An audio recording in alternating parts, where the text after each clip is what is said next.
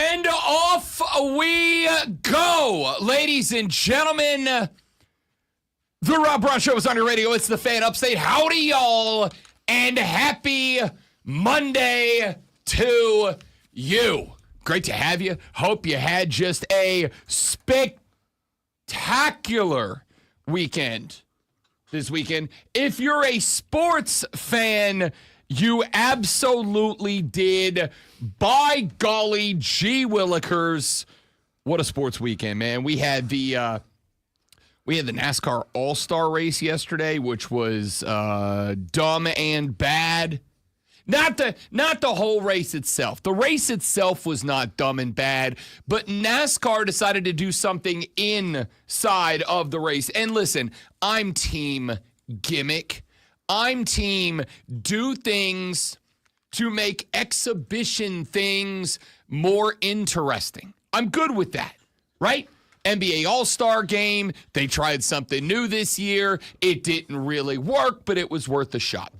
NHL All-Star Game, they did something new this year. It turned out to be perhaps the most engaging and entertaining thing that hockey has done since the last Stanley Cup Finals. Major League Baseball has tried gimmicks inside of its All-Star Game. Some of them have worked. Some of them have not. Some sports have tried gimmicks within their regular season games. Some of it has worked. Some of it has not. I am team gimmick. And I appreciate them at least trying the gimmick in the All-Star Game and not in an actual race. But like this dumb thing that NASCAR did, combined with some other dumb things that NASCAR has done, especially considering I turned on the TV yesterday afternoon about midway through the day, watching something completely different before I heard them say, and coming up this evening, NASCAR's All-Star Race. And I was like, today? I had no idea. And part of that is on me because I do have to acknowledge I've watched a lot less NASCAR this year than I have watched maybe any other year, to be honest with you. Like I just have not been watching NASCAR this year. I don't know. I don't know if it's not compelling. I don't know if it's slower. I don't know if there's less contact. I don't know what it is. But I've watched the big races. I watched the 500. I watched Talladega. I watched Darlington. I watched Bristol. Like I watched the highlight racings. But the regular racings, there's just too much else going on, I guess. I don't know. We're going to talk about that later because I really think there's something wrong with NASCAR, and I've boiled it down to a couple of possibilities. We're going to get to that. Denver Nuggets eliminated yesterday by the Oklahoma City Thunder. I do not care what you or anybody else says. Nikola Jokic is the best player on planet Earth. And now he can go take care of his horses.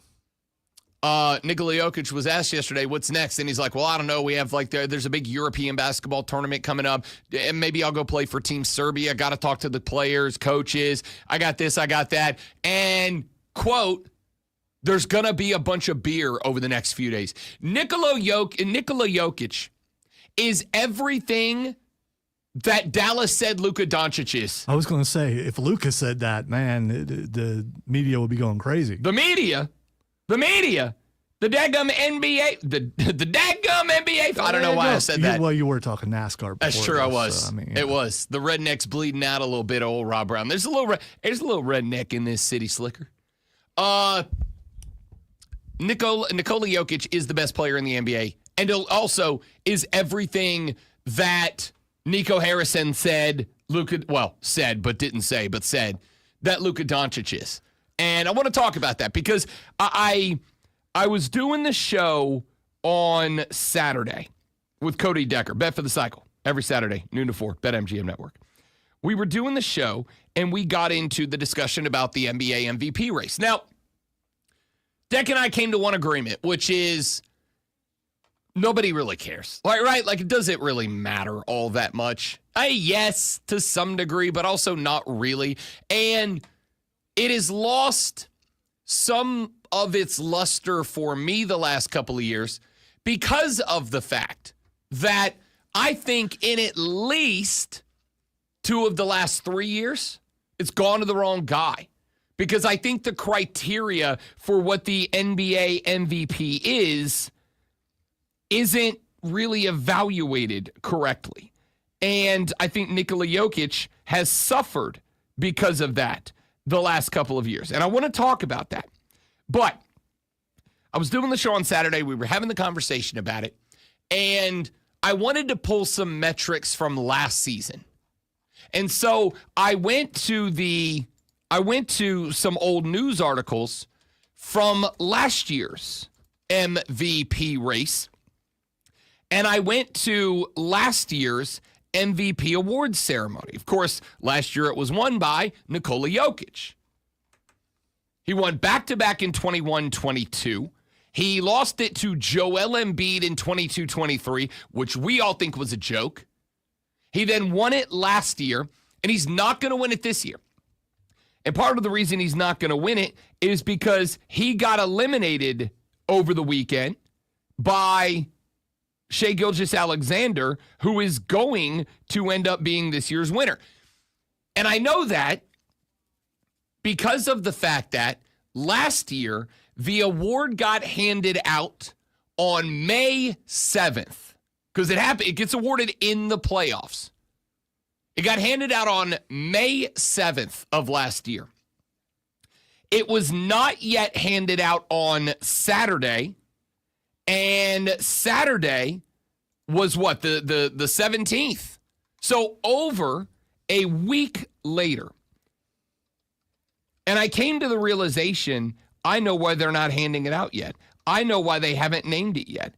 Because they want to make sure that SGA eliminates a depleted Thunder before they name him the MVP. Because if the Thunder would have lost yesterday, against all odds, improbable as it was, if the Thunder would have lost yesterday, and if they would have lost and Nikola Jokic had a triple-double and carried this team, which had Michael Porter Jr. starting, who has a shoulder injury so bad that he can't put on a basketball jersey without help, and had Aaron Gordon starting, playing on a bum hammy that he strained in the game before, and if it wasn't a Game 7, would not have been playing. If Nikola Jokic can somehow miraculously carry that team to a win in Game 7, I think they would have given him the MVP. I think they'd have handed it to him. They'd have been like, hey, look, you want a straight-up one-on-one battle, and you did it with one of Michael Porter's arms tied behind his back. You did it with Aaron Gordon's hamstring tied behind his back. I think that that's fair. So I want to talk a little bit about that race. First off, I want to see how many, if any, of you care. Because we were having this discussion on the show Saturday. And Deck and I were doing a little survey of the guys that work on the show. Because there's, I think all told, I think there's 7 people that work on that show.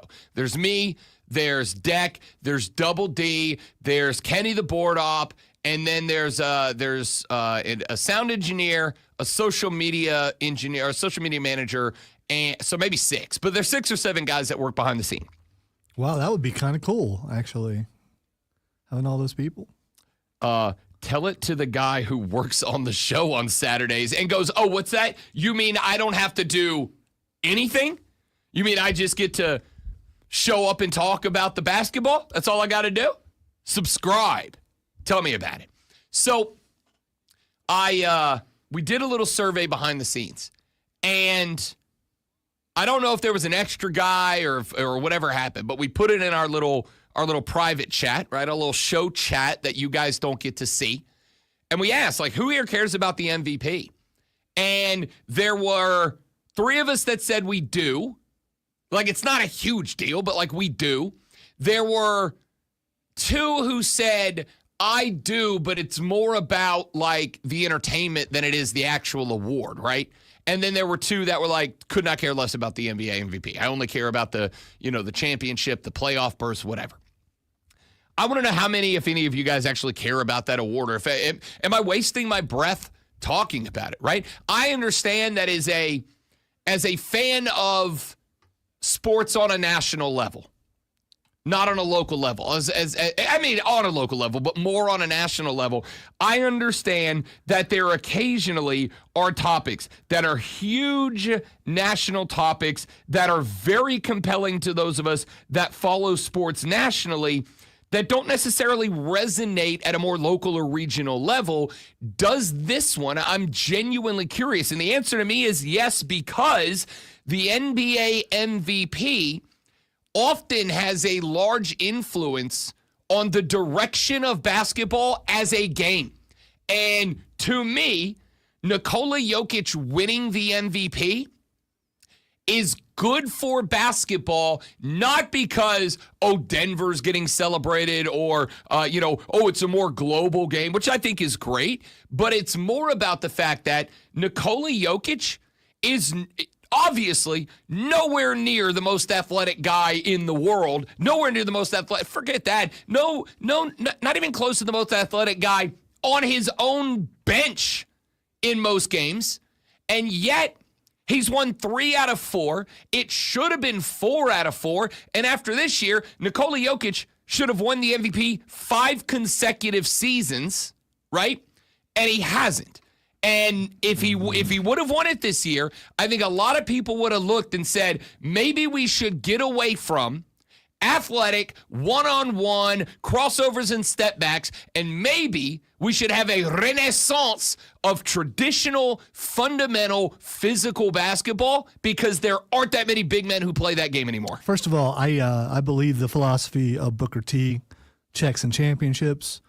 MVP has become on every sport just about a popularity contest, and it doesn't go to the actual most valuable player in whatever league we're talking about. And as far as basketball goes, Michael Jordan should have won it every year. LeBron should have won it for at least a decade. Didn't. When a player gets so good that everyone knows that's the best player, but we can't give it to him every year. That's proof that that award doesn't really mean what it should mean. I would agree with some of it, and I would push back on one thing. I am of the persuasion mindset, whatever, that we very frequently confuse the terms or misuse the terms valuable and best. Sometimes the best player is not the most valuable. Sometimes it's popular. It should be MPP. It should not be MVP. I would say that you are right.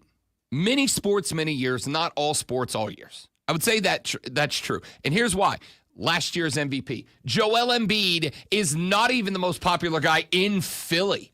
Joel Embiid is largely the most criticized player, not named Draymond Green in the NBA. Was it his turn? See, that right there, I would agree with you on. The whole concept of your turn. I would say no. What did the Sixers do last year that the Nuggets didn't? Nothing. They did nothing that the Nuggets didn't do, and Jokic was more valuable to the Nuggets. This is we had a cat on Saturday from 8:50 a.m. KOA in Denver. Covers the Nuggets, pre and post game show host. We had him on the show Saturday, and we asked him about it. And I legally obligated to ask about the NBA MVP award. And I didn't mean for this to turn into the segment here, but whatever. I like the conversation. It's fun for me. We asked him about it. I said, if I asked you to give an argument for Nikola Jokic as the MVP that emphasized that he is the most valuable player, not the best player in the NBA, what would your argument be? And he said, my argument would be the guy either averages or flirts with the triple-double, that's best, but that this Nuggets team, his words, not mine, this Nuggets team is a lottery team without Nikola Jokic. Not a playoff team, not a middle-of-the-pack team. He said this team would be a lottery team if it wasn't for Nikola Jokic. Though. I agree with it. I agree. This was not me saying I disagree with him. It's pointing out the drastic difference between what Jokic has to work with and what he has accomplished. What he has accomplished is multiple runs through the Eastern playoff, a championship, multiple Eastern Conference finals in the NBA. And he has done it with a roster that a guy who not covers the team, effectively works for the team, right? This guy is the pre- and post-game host for the Nuggets. And he said about this team, they're a lottery team without Nikola Jokic. That's how bad they are. He went off on the manager. He went off on the owner. He went off on the contracts. He went off on everything about the squad with the exception of Jokic. And he said the argument for Nikola Jokic to win another MVP, not because he's the best player in the league, which he is, but because he is the definition of most valuable player in the league, is the fact that he believes this is a lottery team if it's not for Nikola Jokic. So we're going to talk more about that later in the show because I think that we need to replace the emphasis on valuable and most valuable. The most valuable thing is the thing that serves you best in that moment, right? If I need to get a nail into a wall and I have a 24-karat gold stapler and a dusty old beat-up hammer, in that moment, the hammer's more valuable, right? Not in terms of the dollar amount, just in terms of it's going to help me get the thing done that's got to get done. Ergo, it's more valuable right now. It's not that, to me, it doesn't feel like it's that tough of a conversation, but we'll see. All right, we got to run to a break. When we come back here in just a minute from right now, let's talk about, I'm going from basketball to golf. Let's go. Scottie Scheffler wins the Wanamaker Trophy yesterday at the U.S. Open. What a freaking ride the last year and 2 days has been for that guy. We are seeing something special, and I need golf to take advantage of it because right now, they're not. Back after this on The Rob Brown Show in the Fan Upstate. QC. Good morning, guys and gals. Y'all stay right there. We'll be right back.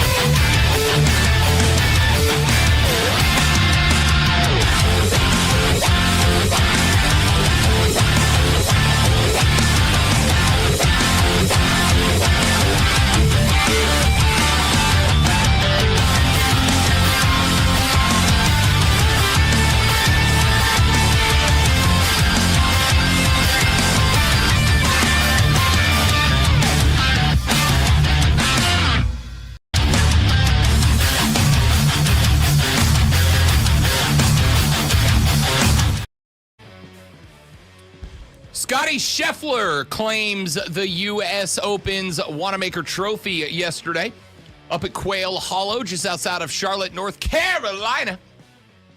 Scottie Scheffler becomes the third player in tour history to record 15 PGA Tour victories before turning 29 years of age. The only others to do it were Jack Nicklaus and Tiger Woods. Pretty elite group. Do you think he would have won it last year if he hadn't been arrested? I think it's far more likely. He was on a roll at that point. He's on a roll at this point. But I know, but he had, But he was white hot last year. You are correct. He was absolutely white hot last year. And we all remember, I remember that day. Like, what a weird day that was. We were on the air when all that happened. We were on the air. I had 3 buddies of mine that went to the U.S. Open last year. And one of them texted me while we were on this show.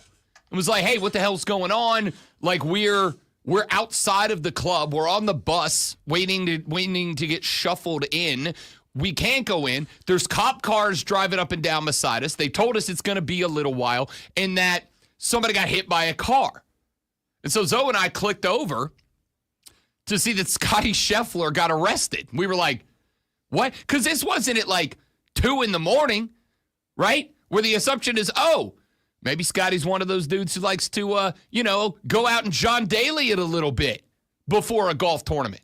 Like, he didn't seem like that cat. And then we had the whole thing about, he drove past a cop who was telling him to stop and going in and blah, blah, blah, blah, blah. Ends up going to jail, staying in there a couple of hours. At one point, finally released, comes back. He gets back to the course like 17 minutes before he's set to tee off for the U.S. Open, a tournament that he was very much in contention for at the point. And, he goes out there, doesn't win it, starts telling the story about how he was in a jail cell warming up, like doing his stretches and going through his routine and all that, whatever. Which, by the way, yesterday, Nike did exactly what the PGA Tour, in my opinion, ought to be doing with Scottie Scheffler. Zoe, I don't know if you saw this or not. I did. I saw it. It's art. Nike released an advertisement. Of course, Scottie Scheffler is sponsored by Nike. Nike, after Scottie Scheffler claimed his championship in an absolutely brilliant advertisement, put up an ad on social media, and I suspect we're going to start seeing it in print over the next day or two. Put up an ad that was simply a picture of Scottie Scheffler from behind him looking out to the fairway. Was a picture of Scottie Scheffler hitting a drive, and the caption was "Best player in the world?" ? Guilty. Like, what an ad. That's all it said. Best player in the world, ? Guilty. Nike swoosh, picture of Scottie Scheffler. It was art as an advertisement. What Nike looked at there was this. They said, all right, when Tiger was on his hot streak, a hot streak that Scottie Scheffler over the past 2 years, I would argue, is very close to replicating. So why are we not talking about it that way? And the answer is, as much as I love Scottie Scheffler, not exactly the world's most vibrant personality, right? Like, he's what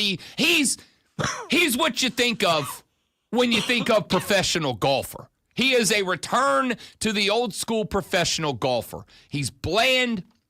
He's boring. He's vanilla. There's not a lot of personality. He doesn't really show emotion on the course, right? Like, Tiger used to knock down a 6-footer, and he would hit that arm pump that to this day, 10, 12 years after prime Tiger, I still do that big, over-exaggerated, swinging fist pump when something good happens in my life. I've replicated that celly because it was that good, and he showed it on the course in the heat of the moment, which we all connect to. Scottie ain't that. Scottie knocks down a 9-footer, and he might crack a little, maybe he'll crack a little bit of a smile. Maybe he'll give you a little, like a muted fist pump, and that's about it. It's not a lot of personality to the guy. Nike said, all right, there's not much we can lean on in terms of personality. So let's make something out of the stuff that has happened, that Scotty has done, that doesn't involve that. And obviously getting arrested at last year's U.S. Open was a big deal. Again, that morning, it was all we talked about. It was all we talked about.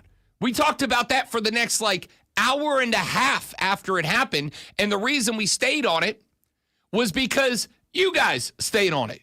Y'all were calling. Y'all were texting. Y'all were involved. Y'all were generating the conversation, which is going to be true about just about anything. If we talk about a thing and you guys light up the phone lines or start blowing up the Hub City Spartanburger text line, 844-326-3663, or you start emailing me or you start tweeting me, we're going to stick on it. The PGA Tour right now has the next Tiger Woods. Now, the difference between him and Tiger, like I said, big-time personality. But at this point in Tiger's career, when he had become just the second golfer to win 15 tournaments by the time that he turned 29 years old, Tiger was on the cover of video games. Tiger had reached a star status playing golf that NBA players reach, that NFL players reach, that very few Major League Baseball players ever reach. Tiger was that big, and I will acknowledge that a part of the reason that Tiger got there was because Tiger Woods is a demographic that is not traditionally associated with the game of golf. Tiger Woods, being an Asian African American, was a demographic that most of us never associated with golf, right? Golf was a stodgy old white guy's game. And Tiger Woods made golf very cool. It was young. It was fresh. There was personality. I've told the story before. I used to work when Tiger was coming up through the ranks and was at prime Tiger. I mean, prime Sunday Red Tiger. My very first radio station was about 5 minutes away from a golf course. And very frequently, Rob Brown could be found out at the driving range on his lunch break, because I did work a legitimate, real 8 to 5. Like, we need you in the office. We need you wearing a polo and khakis. Like, I had to, it sucked. It was a real job. I just happened to break it up with 3 hours of radio in the middle of the day. And so when I got done with my show, I'd have my lunch break, and you could regularly find me. I would go to the golf course that was 5 minutes from the studio, and I would grab something from the bar and grill, and then I'd go out on the range and I'd hit, 2 buckets of golf balls, because that was back when I believed I had a chance at being something.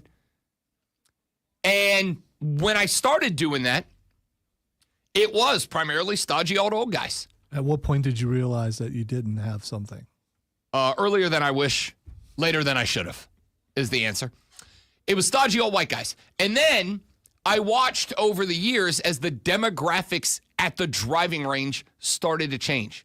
I started to see younger people showing up and learning the game. I started to see minorities show up and learn the game. I started to see people that you would overhear conversations in the clubhouse from the stodgy old white guys that made you uncomfortable about those people that are coming up and starting to play golf. It was new, it was something different. Well, obviously, Scotty, 28 years old, is kind of a return to the stodgy old white guy, but he is still a dominant athlete. And to me, golf is going to miss the boat right now if they don't figure out how to split the difference. If they don't know how to figure out how to take Scotty Scheffler, who is dominating this sport in a way that no one has since Tiger, and arguably no one had before Tiger since Jack. You have got that right now. This is no longer a can Scotty be whatever, Tiger, Jack, the next. It's no longer can he be. Scotty Scheffler is definitively golf's guy right now. There are other personalities. Bryson DeChambeau, Jon Rahm, Rory McIlroy. It's like they want it to be Rory, though. I think they do want it to be Rory, but I also think that at the end of the day, what you want a thing to be and what you need to take advantage of a thing being aren't the same. Rory is like the Drew McIntyre of the PGA because he was dubbed the next guy after Tiger. And then it took him forever to do what he's been able to do. Don't now. disagree. And again, Masters Sunday, Rory gets the green jacket. I was at a hockey game that day. I'd watched the first 9 holes Rory played with some of the boys. We had a hockey game. I was at the well, and there were 9 or 10 of us that were all sitting in the Zamboni tunnel watching the end of the Masters on my tablet. I had it propped up, and we were watching the Masters.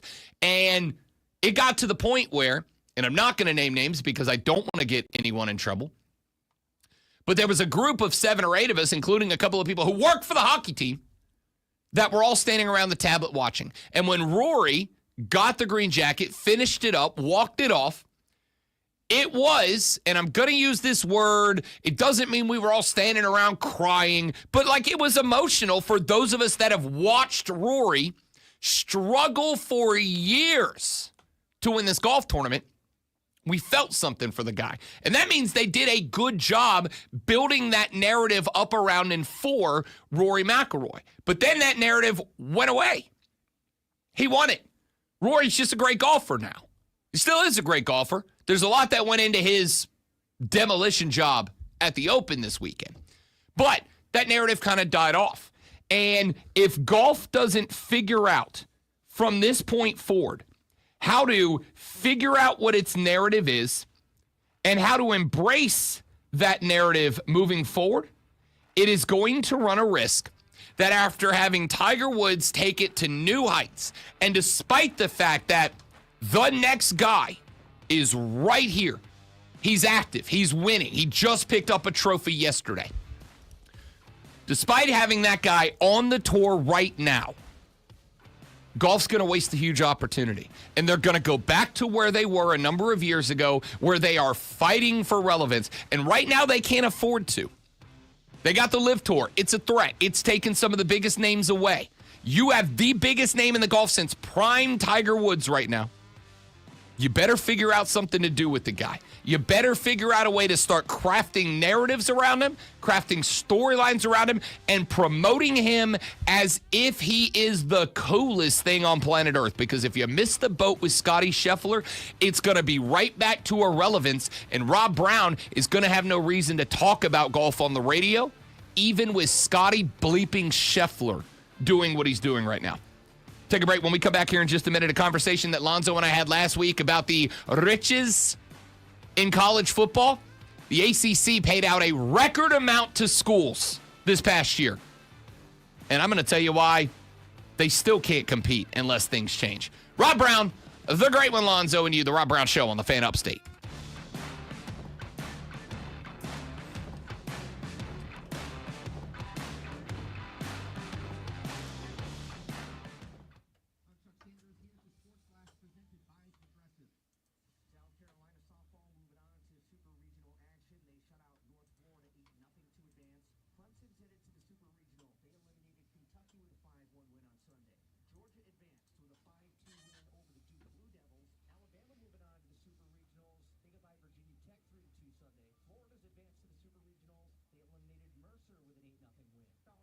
If you watched any of the Darth Vader AI from Fortnite, I've seen a little bit of it. I saw the clip you sent me. the Joe Henry thing, Yeah. there's a lot of things that are not good. People know how to ruin great stuff. They do. I was laughing over the weekend because I was scrolling social media on Saturday night. And there was a clip from a Premier League soccer game where Joe Hendry showed up as a guest, as like, special VIP sideline guest or whatever. And they stopped all the pregame intros and just hit his music. And the whole stadium clapped. Like, they got it. So he comes out and they do this interview with him on the sideline. And I had not seen this game yet. So I was hanging out with I was texting back and forth with a couple of people, and I sent them the clip, and I was like, I'm real mad that you like the hardcore soccer guys that they watch every European game. I was like, I'm real mad that none of you told me that Joe Hendry was at this game, because I would have bet on that team to win by 3. And then I went and looked at the score, and they won by 3. I was like, man. I would have made a meme bet because Joe Hendry was there, and it would have hit.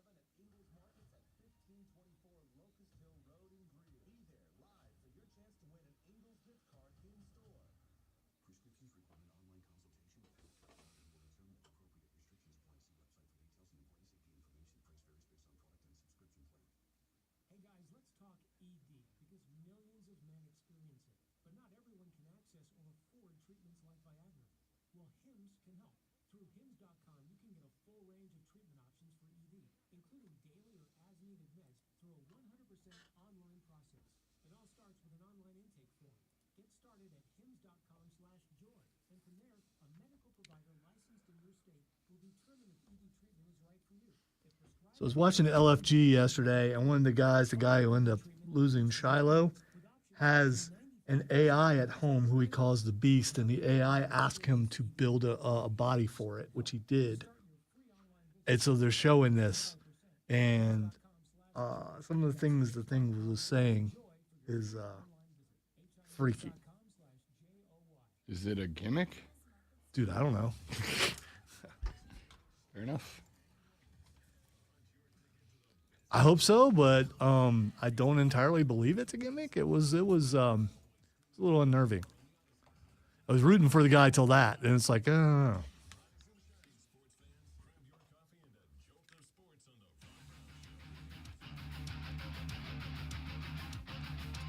Money, money, money, money, money, money, money, money. It's the name of the game in college football nowadays. Tis it not?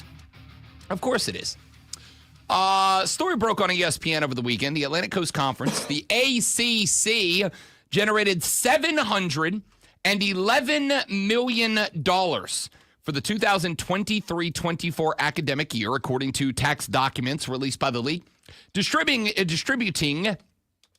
an average of $45 million to each of its full-time member schools. That is a record for the conference. The financial reports, which cover the final year of ACC athletics prior to the additions of SMU, Stanford, and Cal, showed a small uptick in revenue year over year and roughly 56% increase from 5 years ago.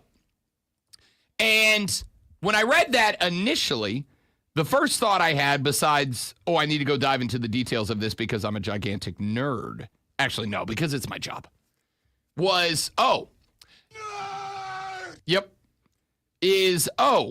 Lonzo is going to have a field day with this because this was a big topic of conversation on the show last week when we were talking about the financials of college football. And I was talking about the fact that unless something changes, the rich are going to continue to get richer. It is going to become tougher and tougher for anybody who's not in the two conferences to compete.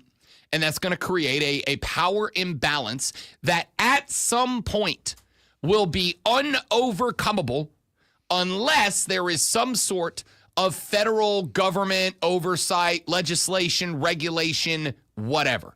I've said before, in what is a more philosophical point, but sometimes it bleeds into sports. Unchecked, unregulated capitalism leads to monopoly. That is the end result. There is a point at some point where everybody is going to say, it is now worth me selling the competition to the big name on the market. The big name on the market is going to go, it is now worth it for us to buy all the competition out so that we're the only game in town. And that's the direction it feels like we are going in. And so I saw this where the ACC handed out after the 23-24 academic calendar more money to the schools than they've ever handed out before.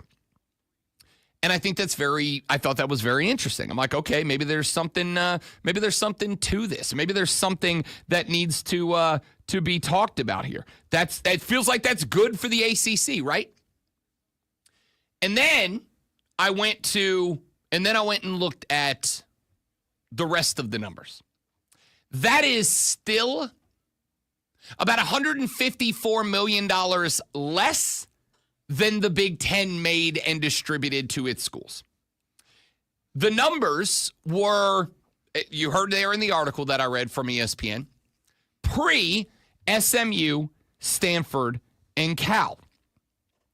I went and I looked up over the years how much money those schools will likely add to the total revenue. You're going to get a little bit of a bump for UCLA being added to the market in LA, but it's obviously no USC.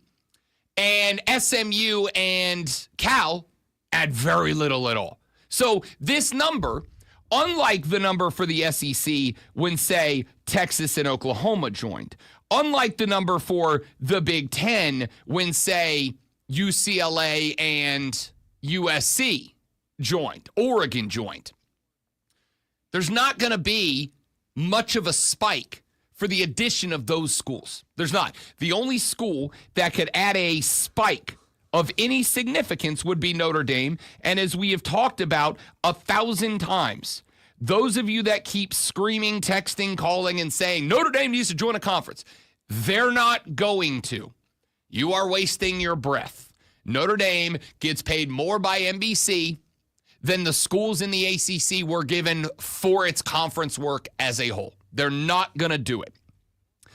The Big Ten showed $880 million for the 2022-23 school year, and that was before the big expansion, and that was before the new TV deal that the Big Ten signed, which means they're going to make significantly more than that.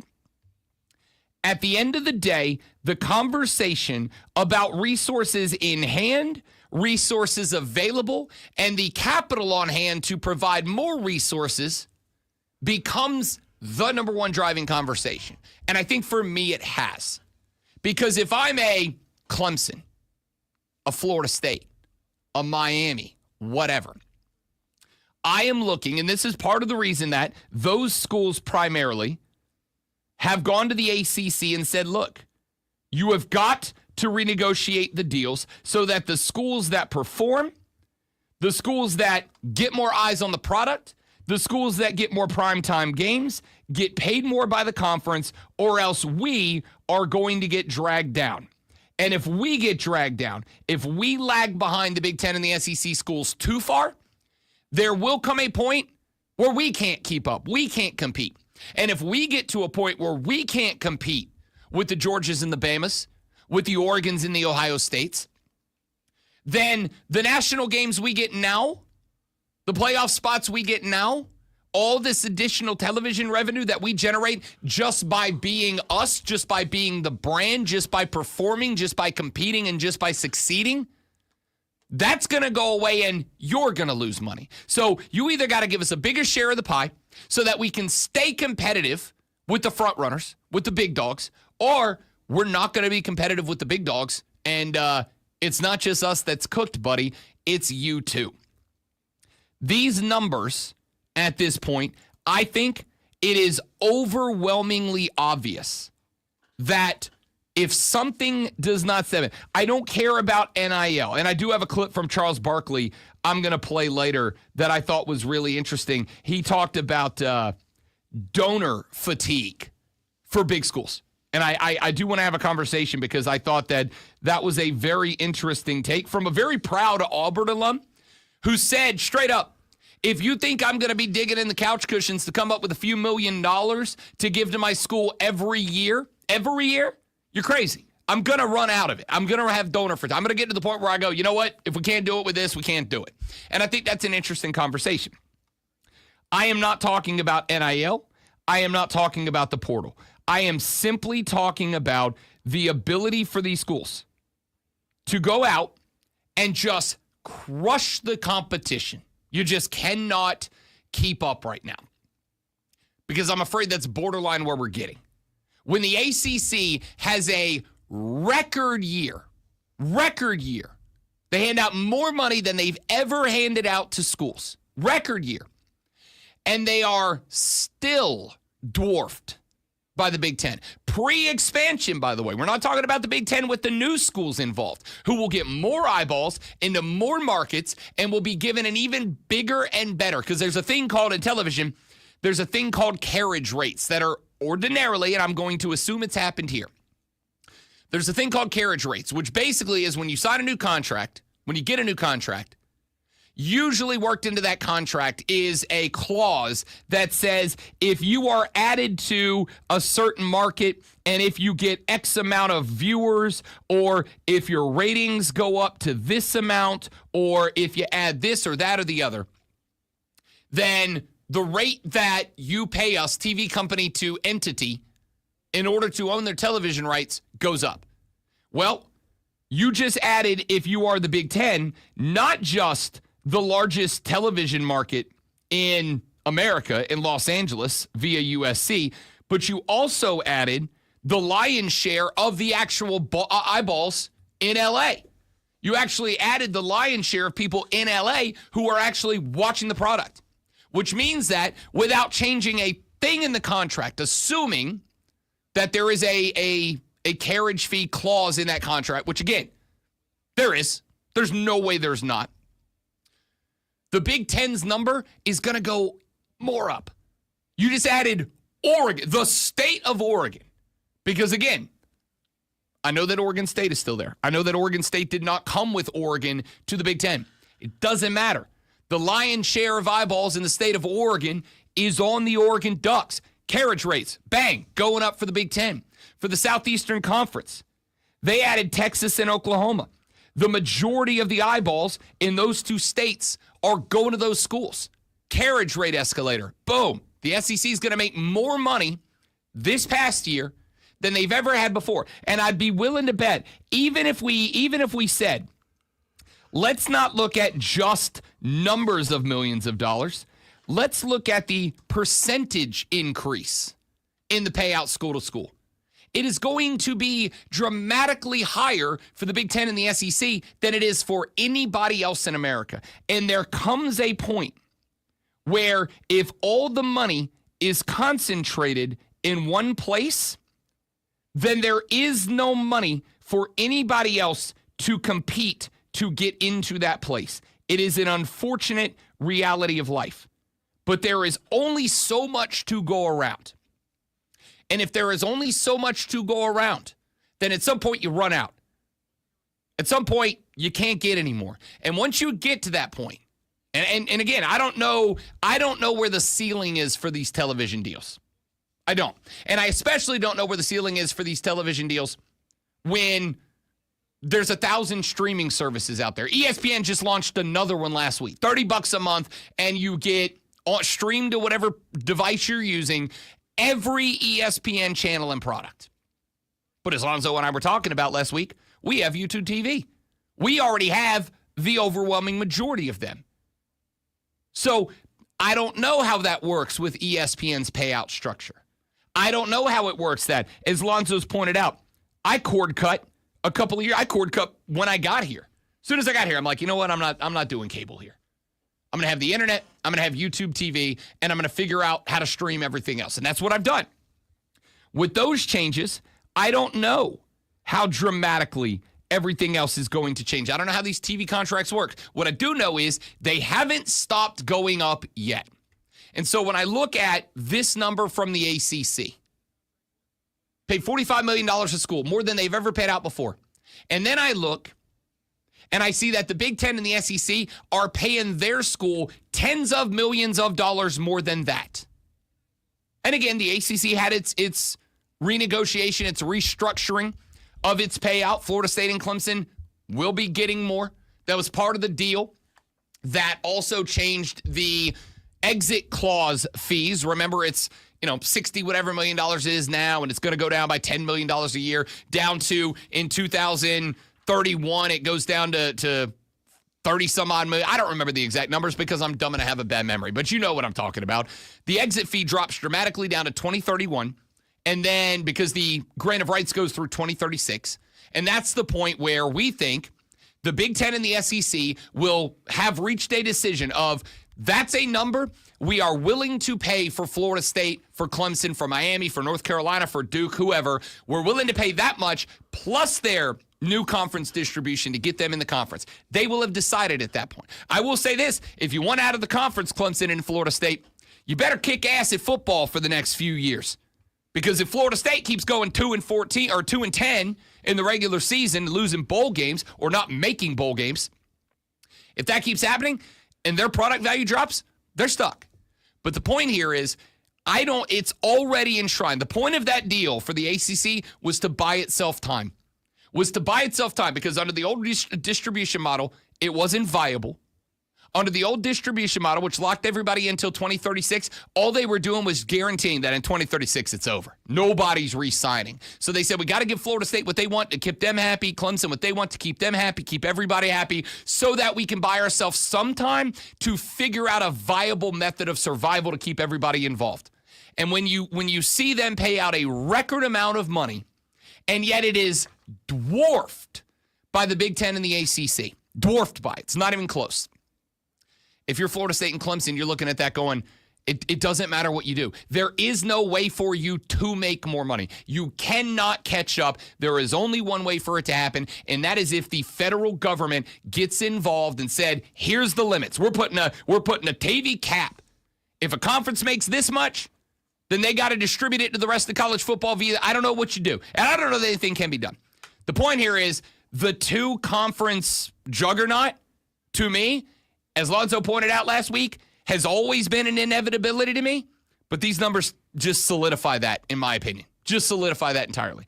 We'll talk more about this coming up later on in the show. We got to talk some baseball. The Braves go to Fenway, pack, and win 2 out of the 3. We're going to get into that because yesterday, this is going to be a weird sentence, I had fun watching the Braves yesterday. I'm going to have fun listening to Lonzo's Sports Flash, too. Which you have to change up now because I was going to lead with the Braves. You can do it anyway. But now I can't because you talked about it. So let's start with some NHL. The Carolina Hurricanes will face the Florida Panthers in the NHL's Eastern Conference Championship after Florida knocked off Toronto last night 6-1. All 6 Panthers goals came from different players. Carolina hosts Game 1 Thursday night. The Oklahoma City Thunder have advanced to the NBA's Western Conference Finals with a 125-93 win over Denver yesterday. Shai Gilgeous-Alexander led with 35 points and Jalen Williams added 24 more.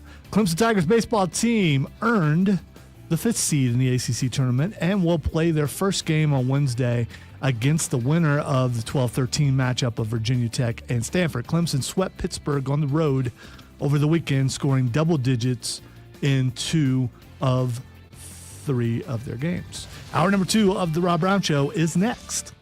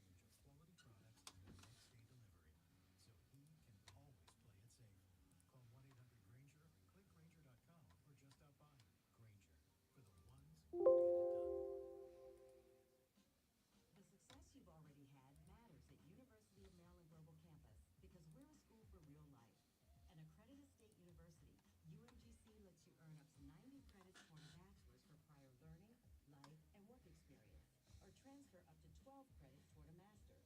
We offer affordable tuition and online and hybrid courses. No application fee if you apply by May 30th. Learn more at umgc.edu. Certified to operate in Virginia by Chev. Unique and unlike any other sports talk show, it's BetMGM Tonight, Monday through Friday from 7 to 11, only on the Fan. BetMGM Tonight is the red zone for casual and hardcore sports fans. Live sports betting updates for all of the night's games as they happen. Get the latest scores, sides, totals, props, parlays, futures, and much more with real-time, relevant sports wagertainment tonight at 7. BetMGM Tonight, exclusively on the Fan and on the Odyssey app. Wire to wire with Diesel and Cole Bryson. Turn on, leave on. So the question is, who's going to get more mascots right? So what you're going to do is you're going to ask me you're going to give me the city name, and I'm going to try to guess the mascot of the team. All right, hit me with city number 1. So when does Spartanburg get a WNBA? Everybody, are they the Spartanburgers? Okay, all right.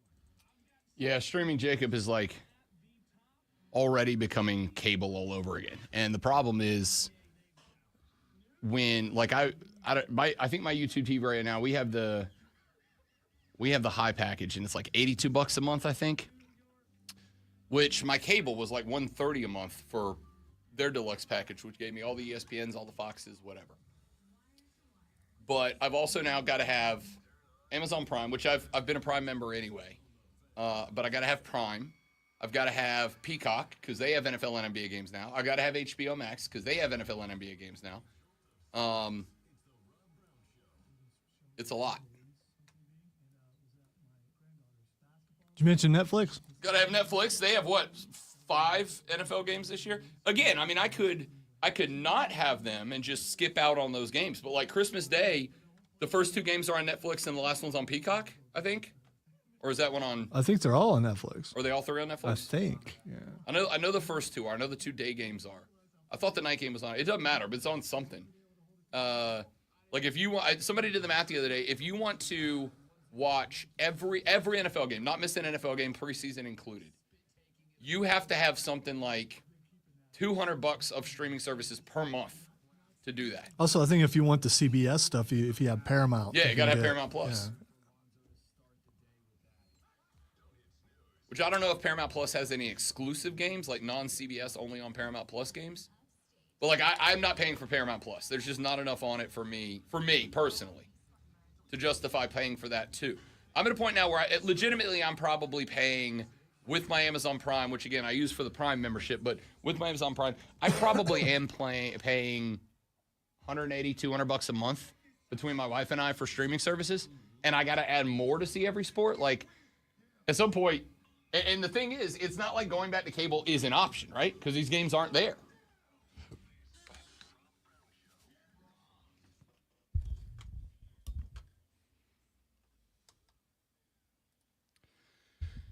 The Rob Brown Show is back on your radio. It's the Fan Upstate. Rob Brown, the Great One, Lonzo, and you here on a Monday, my dudes and dudettes, getting the week started on the right foot. At least I hope. If you don't like the show, it's not for you. Nope. You have bad taste in radio. What do you want me to say? We are talking a lot today. WNBA Week 1 underway. And I got to tell you, no, you knock it off. Because not only... There's nothing going on. There's no fisticuffs. There almost was. Dude, I'm being sarcastic. Oh, okay. No, here's the problem. The problem is you say that and you're being sarcastic. The problem is I watched a lot of people online who were like, whatever. It's not your thing. It's not your thing. I'm not going to sit here and try to tell you what to watch and not to watch on TV. As I have pointed out many times, I watch 6 to 8 hours of professional wrestling a week. If they call one foul, the next foul doesn't happen and the fights don't happen.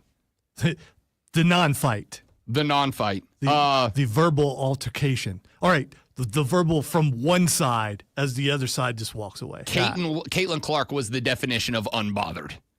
She's like, it's a foul. What do she you want? always looks unbothered. She does. Well, there's been some moments where the intensity's come out. I was going to say, sometimes she's that instigate and then just walk away kind of thing. Not that she instigated in this case, but, You know that person who does something and everybody gets all riled up and they just kind of walk away while everybody else is going at it. She is. It's sarcastic, and I love it. She can be. Indiana Fever taking on the Chicago Sky on Saturday, and they beat the crap out of them. Angel Reese got her double-double. I will tell you, and I don't want to be this guy, but After how many attempts? I have to be the guy. I have to be the guy now because I've seen this fight has been going on the internet long enough about how many of Angel Reese's 17 rebounds were off of Angel Reese missed bunnies. And I know for a fact that on one possession, there were 3 rebounds on her own missed shots. One possession, 3 rebounds on her own missed. A video popped up and said, Angel Reese with the breakaway for a dunk, and I'm like, no way. And it was she breaks away and misses a layup with no one around. Yeah, there are entire Instagram accounts set up just to tracking Angel Reese's missed layups followed by rebounds. So we're going to talk about that a little bit later on because I've also said the opposite's true. If it wasn't missed bunnies and rebounds, if she was making those layups, she'd be getting 40 a game, and we'd be talking about that. But either way, she could improve. It's possible. With repetition and stuff, I don't think she wants to improve. I don't know if you've seen this clip, but I'm going to tell you a post game press conference thing that happens though, and I guarantee you it's going to make you laugh. I guarantee you. I should have pulled the audio. I should have recorded it in the post game press conference. Angel Reese sat down after Caitlin Clark and the Fever just destroy this guy. She sits down in the post game presser, and it's like the first or second question she's taking from the media.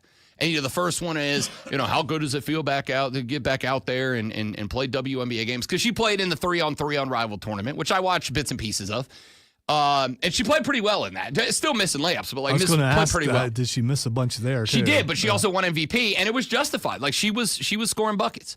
So they were like, how good does it feel to get back out there in a league game, in a W game? You're playing in front of they were selling out NBA arenas. The Liberty played the Aces on Saturday in the daytime, and it looked the same as it did at the Knicks game the night before. They were at Barclays, where the Nets play. It looked like the Knicks game. Celebrities were out, sold out arena, right? And this is not a Caitlin Clark game. This was the reigning defending New York Liberty taking on the Vegas Aces, which are that's AJ Wilson. That's a potential championship team. And so I'm watching that game. It is a packed out NBA arena. At 3:00, turn on Angel Reese and Caitlin Clark part whatever they're on now. Sky Fever, NBA Arena, sold out, right? So the game ends. Fever decimate the Chicago. And Angel Reese comes up for the post-game presser. I didn't watch it live, but I saw the clip later. It's like the second or third question, how do you feel about being back? You and Caitlin got into a little bit. Can you talk to us about how that went down, whatever? And then a reporter clearly trying to shift the tone back to basketball and talk about basketball, which I do think is important. I do think you have to focus on the drama of the rivalry, which, let's be honest, isn't one, but focus on the rivalry. But I also think you got to talk basketball. If you want it to be treated like a basketball league, you got to talk about basketball. And the reporter says, you clearly spent some time this offseason working on your right hand, getting more consistent with your right hand shot. Talk to me about how that impacted your game today. And Angel Reese goes, I'm right-handed. This guy thought she's so bad with the right hand, she must be left-handed, and she was working on her right hand to put it into her game. No, she goes, I'm right-handed. The guy was like, cool, no follow-up.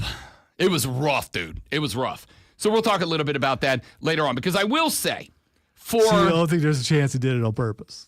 No, I do not. I think, all right. Here's what I think. What I think is, just like with fans, what I think is the national media, after last year with Caitlin Clark, Paige Becker's now in the league too. She is probably the, let's say, third biggest name in women's basketball. I'd say right now it's Caitlin Clark, Angel Reese, as names. I'm not talking about players. I'm talking about as names. Caitlin Clark, Angel Reese, Paige Becker's, Haley Van Lith. I would say are the four right now that are kind of the faces of the show. And so I'm scrolling social media on Saturday while these games are going on, New York, Las Vegas, Chicago, Indiana. And while I am still seeing a lot of people who are like, the layup league is back, I also saw more trending topics related to the WNBA that were not negative than I saw at any point last year. And I did get a little bit worried now that we've seen Caitlin Clark in the dub for a full year. Now that we've seen Caitlin Clark in the W and selling out arenas and doing all this, will that excitement, whatever, will it die off this year, right? Because it's kind of like I was watching the Knicks Celtics game on, what was it, Friday night? And yeah, Knicks decimate the Celtics. It's not even a game. We're going to talk about the NBA playoffs coming up in a few minutes as well. But I'm watching this game. Go Sirs. And we're going to talk about that series too, because I think that one could be fun.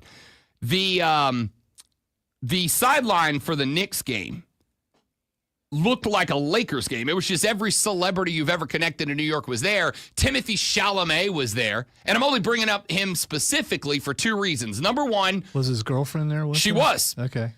Number one. I think she's famous. She is famous. I don't remember her name. Haley something? I don't remember.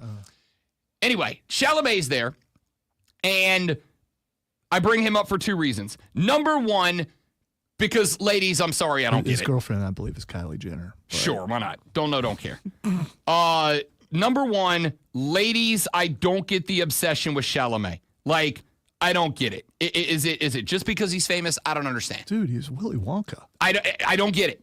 Number two, I bring him up He's also because Paul Atreides. he was also Bob Dylan. I don't get it. It's pretty good roles for the guy, you know. All of that being said, the second reason I bring up Chalamet is because there was a clip going around of Chalamet doing an interview with one of the, I guess, like local New York stations before the Knicks game. And he's like, oh, yeah, lifelong Knicks fan. And I'm like, bro, I've never said, like, the Knicks go out of their way to show their celebrities at the game. Spike's getting TV time every week.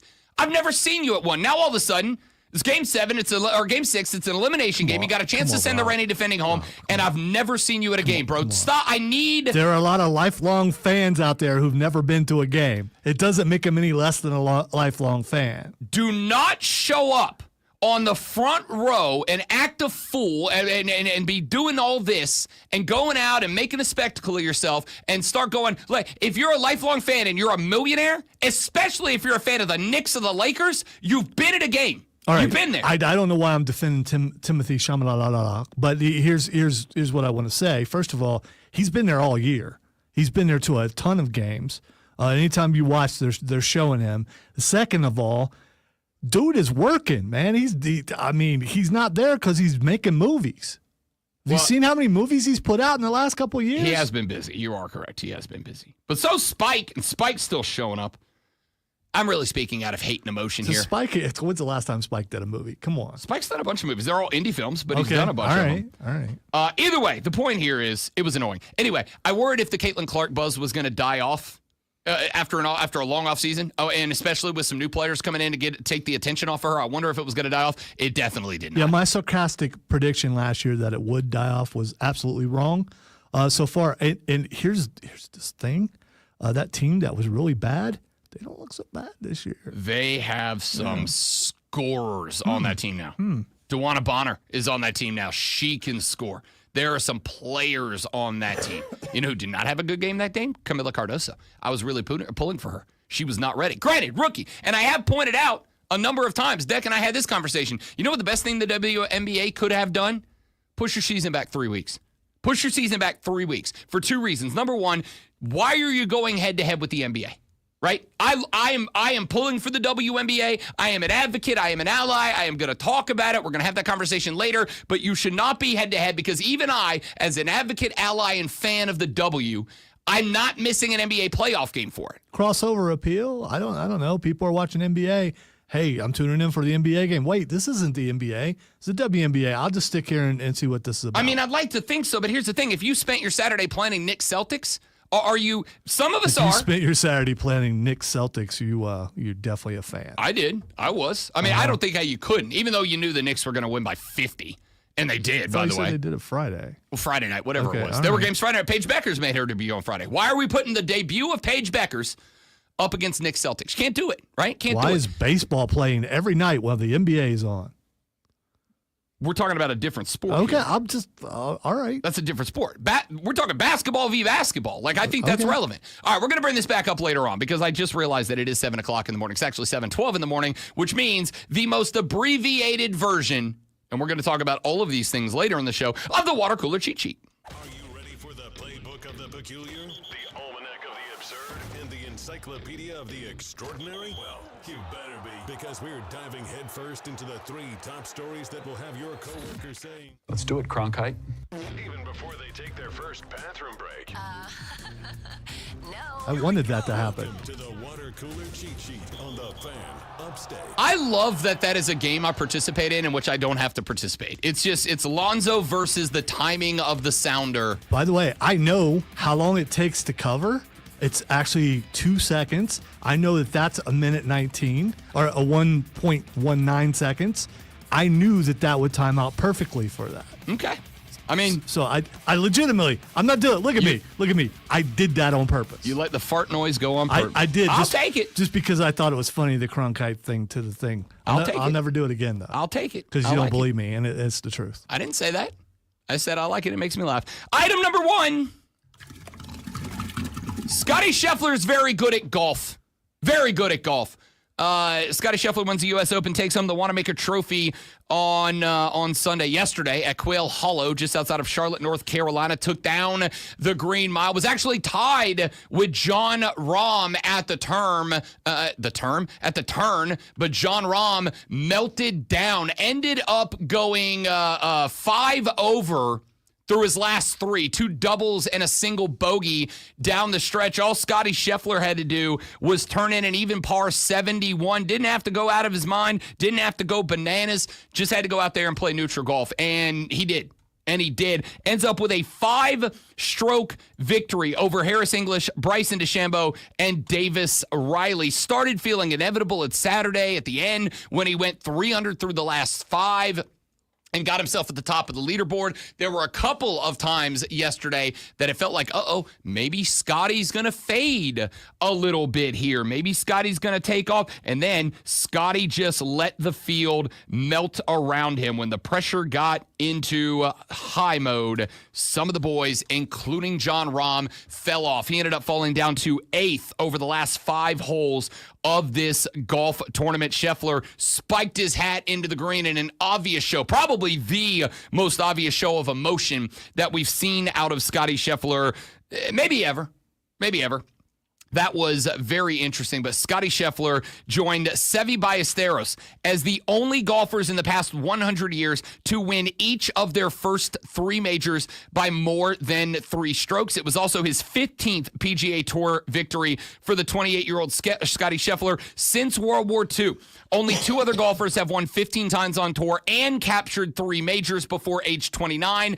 Jack Nicklaus, Tiger Woods, and Scotty Scheffler. Scotty was struggling with his driver on the front 9, only 2 of his first 7 fairways, but it also turned up, and he confirmed this after the tournament, that his driver did not meet USGA speculation, and he ended up having to use his backup driver. Took him a little while to get the feel for it, but did so down the stretch. Scotty Scheffler, once again, notedly very good at golf. Let's get to item number 2.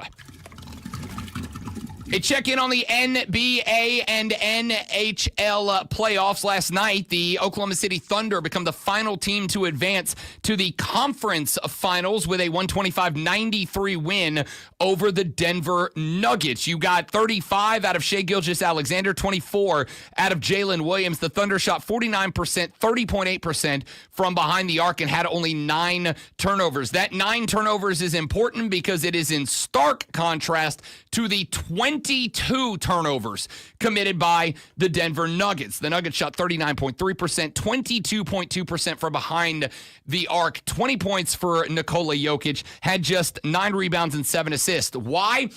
Because the Nuggets were a walking hospital unit. My prediction on Friday, my prediction on the show Saturday was that the Nuggets were just going to be out of bodies when this one was over, and that ended up being the case. The Nuggets won the first quarter by 26-21. My prediction was they'll fade in the third. Turns out it did not take that long. The Thunder won the second quarter by 19 points. They won the third quarter by 11 points when it was all said and done. Michael Porter Jr. playing with a shoulder injury that was so bad. We had a host on from KOA 850 AM in Denver on Saturday. He said Michael Porter Jr. needs help putting his jersey on. He can't lift his arm up. Somebody else has to physically maneuver the jersey over his arm and then over his head to get it on. And Aaron Gordon, it was announced just a couple of hours before the game, would be available to play on a strained hamstring, the same injury that kept Steph Curry out of the last two games for the Golden State Warriors. Basically said if it wasn't a Game 7, I would not be playing in this game, but I got to find a way to gut it out. At the end of the day, didn't matter. They just didn't have the legs or the dogs. Porter Jr. played 23 minutes. Gordon played 25. Russell Westbrook had only 6 off the bench. Peyton Wilson, 4 off the bench. And Julian Strawther, who was the hero of Game 6 with those threes, had only 6 points off the bench. The Nuggets just didn't have the gas. Over in the NHL, the Panthers knock off the Maple Leafs last night. 6-1 your final. They will meet the Carolina Hurricanes in the Eastern Conference Finals in the quest for Lord Stanley's Cup. All 6 goals scored by Florida from different players. Sergei Bobrovsky ended up stopping all but one of the 20 shots on goal that he faced from the melted down Toronto Maple Leafs very quickly. Item number 3.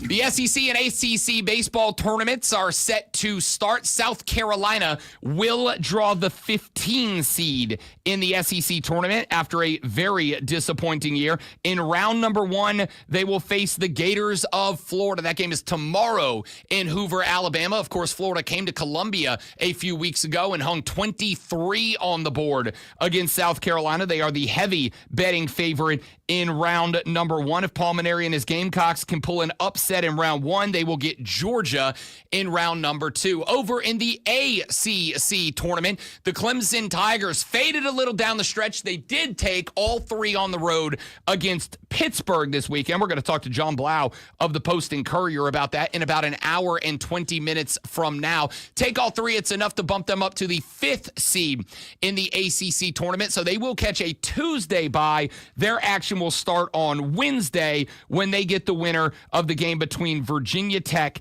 and Stanford, the 12-13 matchup. In that one, we will find out what their matchup is for Wednesday or for Thursday if they win Wednesday coming up a little later in the week. We will follow the SEC and ACC baseball tournaments throughout the week. SEC starting tomorrow in Hoover, Alabama. The ACC tournament in Raleigh, North Carolina at Durham Park. All that covered throughout the week here on The Rob Brown Show and the Fan Upstate.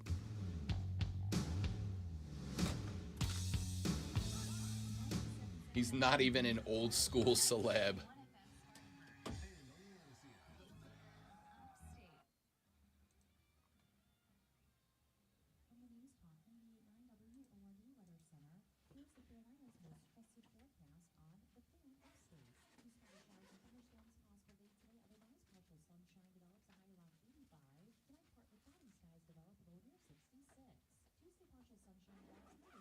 So I cut both lawns yesterday.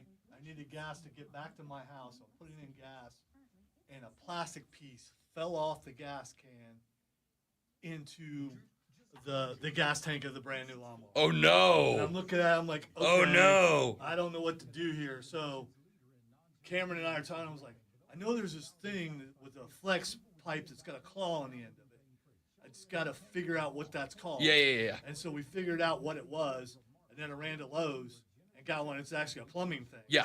So No, I know what you're talking about. Put the handle and Like a it's got wire claw, with a little claw on the end. 3, Yeah, it 4 comes claw out. thing. Yeah.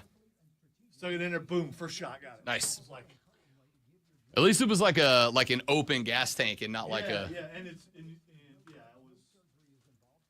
Y'all stay right there. We'll be right back, guys.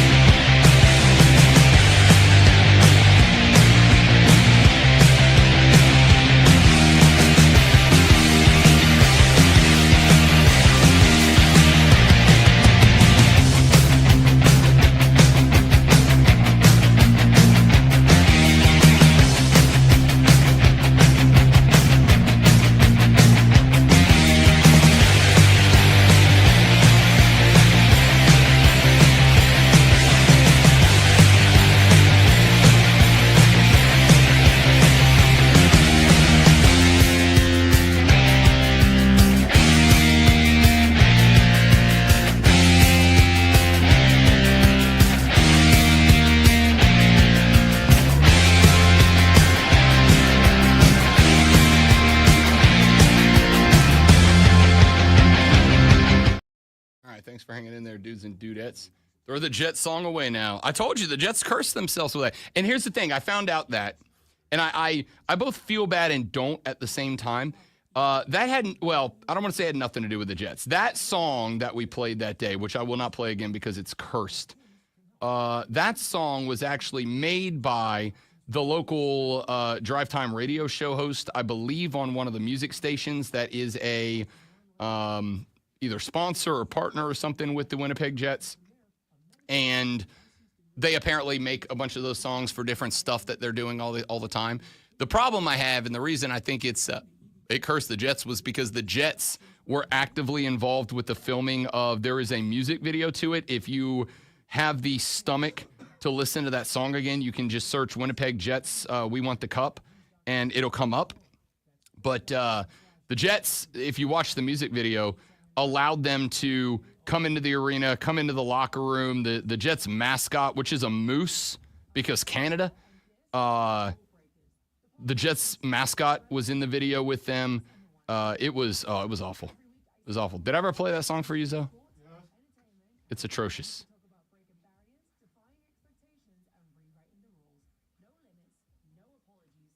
Pick the Stars to win it all 4 weeks ago on a sports show on YouTube. It's a good pick. I actually like the Stars, and I'm going to tell you right now, the one thing I've really enjoyed, I hate all things Dallas sports, but the one thing, actually all things Texas sports, but the one thing I really have enjoyed is I love when southern towns are starting to pick up on hockey culture, because I absolutely think that hockey is a sport that, because of the nature of the game, works across the South. I think you just got to get people exposed to it. Dallas might have the best home barn in the playoffs right now. Like, I think it's better than Florida's home court or home ice advantage.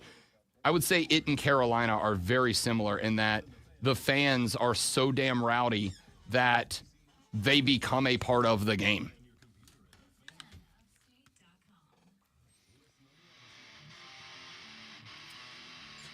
We were talking on the live stream, which you can watch at facebook.com/thefanupstate, The Fan Upstate on Twitter, The Fan Upstate on YouTube, The Rob Brown Show on Twitter, Twitch, and YouTube. Just search and subscribe to any one of those outlets and come join us on the live stream. I love the Stanley Cup playoffs. I'm going to talk a little bit about them as the show progresses. The Carolina Hurricanes are not just still alive in the hunt for Lord Stanley's Cup, but they are actually now the betting favorite to win it, despite all the drama of the regular season with Mikko Rantanen and the trades and the not re-signing contracts and, you know, all these different things that happened. The Carolina Hurricanes have kind of found something under Rob Brindamore that is making them maybe more enjoyable to watch this year than the last couple of years, where they have been either in or competing for the Eastern Conference Finals, Stanley Cup berths, Stanley Cup trophies, etc., etc. But Brian, during the break when we were talking a little bit of hockey, said he called the Stars to win it all 4 weeks ago on one of his shows on YouTube. Respect. That's a good pick. I like this Dallas team. Mikko Rantanen, who obviously was a Carolina Hurricane for a handful of weeks. Colorado traded Mikko Rantanen to Carolina specifically to get him out of the West, so that if they came across Mikko Rantanen, it would be in the Stanley Cup Finals, not in the playoffs. And when Mikko was looking for a trade he wasn't looking for a trade out of Carolina. He just wasn't going to re-sign with them. And they started to trade him. Mikko had some control over where he ended up. And there's a reason he ended up in Dallas. The reason he ended up in Dallas, according to a few sources this weekend, is that he has now made it known to some of the folks in his inner circle that he wanted to get back into the Western Conference because he wanted to stick it to the Colorado Avalanche, which of course he did in series number 1. Dallas finish off Winnipeg in the semifinals. They will be moving on to the Western Conference Finals now as well. So I have, as much as I have I'm dangerously close to putting Mikko Rantanen in the Brad Marchand category of dudes that I just root against openly. Kind of having a problem with that right now because Brad Marchand's now a Florida Panther. Panthers are headed to the East. I have gotten the pleasure a couple of times since I moved here of having a Panther v. Hurricane Eastern Conference Finals, which is great for me because either the Hurricanes win and I get to keep talking about them on the radio, or the Panthers win and the Florida boy in me gets to celebrate that Florida is a hockey state now. We've won a bunch of cups between Florida and the Tampa Lightning. Now, I kind of have a soft spot for the Dallas Stars now. And from me, that's saying something because I genuinely dislike all things Texas sports. I despise Texas sports. And I despise Texas sports because of Texas sports fans. All right? They bring that same over-the-top, obnoxious, arrogant personality that they talk about their state with to their sports fandom. And it's aggravating as hell. Do you know how we had Sean Salisbury on our show Saturday? Wow. I mean, we get names. No. It's more like he still exists. Yes. He was the guy He for was a the long guy time, for a and then long he just time. disappeared. He's doing his own independent podcast, vlog kind of thing. And he has started this thing, and a large part of the reason why was because Salisbury wants to be able to talk about politics as much as he talks about sports. And there are some spots where it's like, okay, we want some politics in our sports, but we can't only do politics. Like, it can't be a show where segments are not sports adjacent politics. It's just politics. But he's still a guy who knows ball. So we had Salisbury on the Saturday show, and as we're talking to him, I get a text from one of the higher-ups in the BetMGM network who texts me and says, hey, you don't have to make it a feature, but we do have you on a station in Dallas, so you need to ask about the Cowboys, right? Like, that's just the reality of broadcasting at the highest level. You have to talk about the teams that are the biggest national teams. So because of the fact that Cowboys fans bring, and so do Rangers fans and Stars fans, they bring that same, like, we're better than you attitude that they have about the state of Texas to their sports. Do the Longhorns do that? Without a doubt, dude. How long have the Longhorns been back you TM? You left them out, and I just wanted to do this. Hate speech, Alonzo. That's hate speech. We don't do that around here. So the reason I've kind of got a soft spot for Dallas is because Dallas is doing something that I have applauded Nashville for doing, that I have applauded Carolina for doing, and over the past 3 years or so, that I have applauded Sunrise, Florida, Miami for doing. And that is embracing hockey in the South. Because, and the reason I continue to try to win you guys over to hockey isn't just because I like hockey. It's because you like hockey even if you don't know it yet. Okay? Why is it that we like football? If I ask you to give me some adjectives that you use to describe football, college, pro, whatever your flavor is, if I ask you to give me some adjectives, what would they be? I expect that you would use the phrase fast. I expect that you would use the phrase violent. I expect that you would use the phrase continuously packed with high-speed action that is violent. Guys, welcome to hockey. Welcome to hockey. And the difference is, as we have noted in the past, in a full National Football League game, the ball is actually in motion for about 3 to 3.5 minutes, right? If you talk from snap to tackle. Now, those of us that are football fans, I've said this a bunch too, the game is played outside of the ball being in play too. It's audibles, it's movement, it's coaching strategy, it's formations. Those are all things, if you're a football fan, that become part of your game watching experience.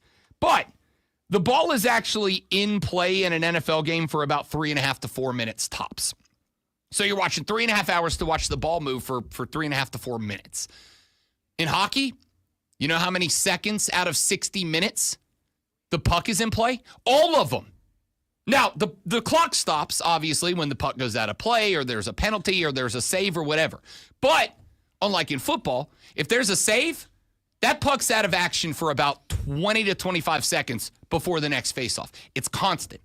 It's violent. Florida and Toronto in Game 7 of their series up in, Canada, were beating the dog bleep out of each other. Like constant, violent hits. I'm talking Brad got put into the glass. I thought he was going to explode. He got hit so hard. I mean, violent. And so I turned on the last of the Dallas-Winnipeg games in that series when Dallas was able to put Winnipeg, Connor Hellebuck away. And it looked like a party. I mean, it was maybe the best home ice advantage I've seen in the playoffs. I am watching, and we're going to talk again a little WNBA coming up a little later on in the show. Because of, at this point, I think even if you're a critic, you have to acknowledge, even if you're a critic, the immense growth. Like a solid 30% of WNBA games this year are being played in NBA arenas because they've sold the tickets to justify it. Hockey's doing that across the South. Watch a game at Florida. That place is packed and it's electric. Watch a game at Dallas. That place is packed and it's electric. Watch a game in Raleigh.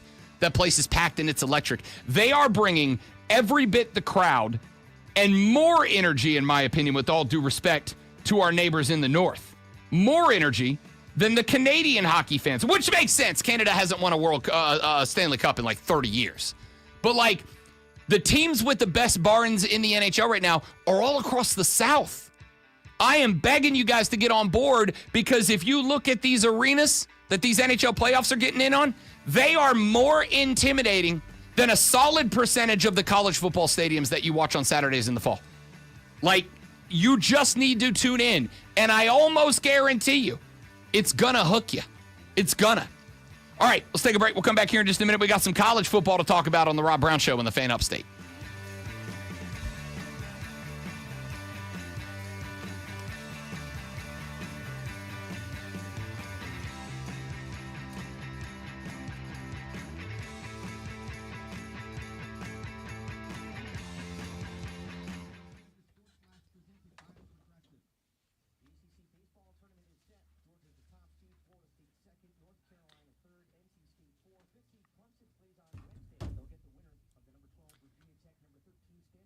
Give me 45 seconds, guys. We'll be right back.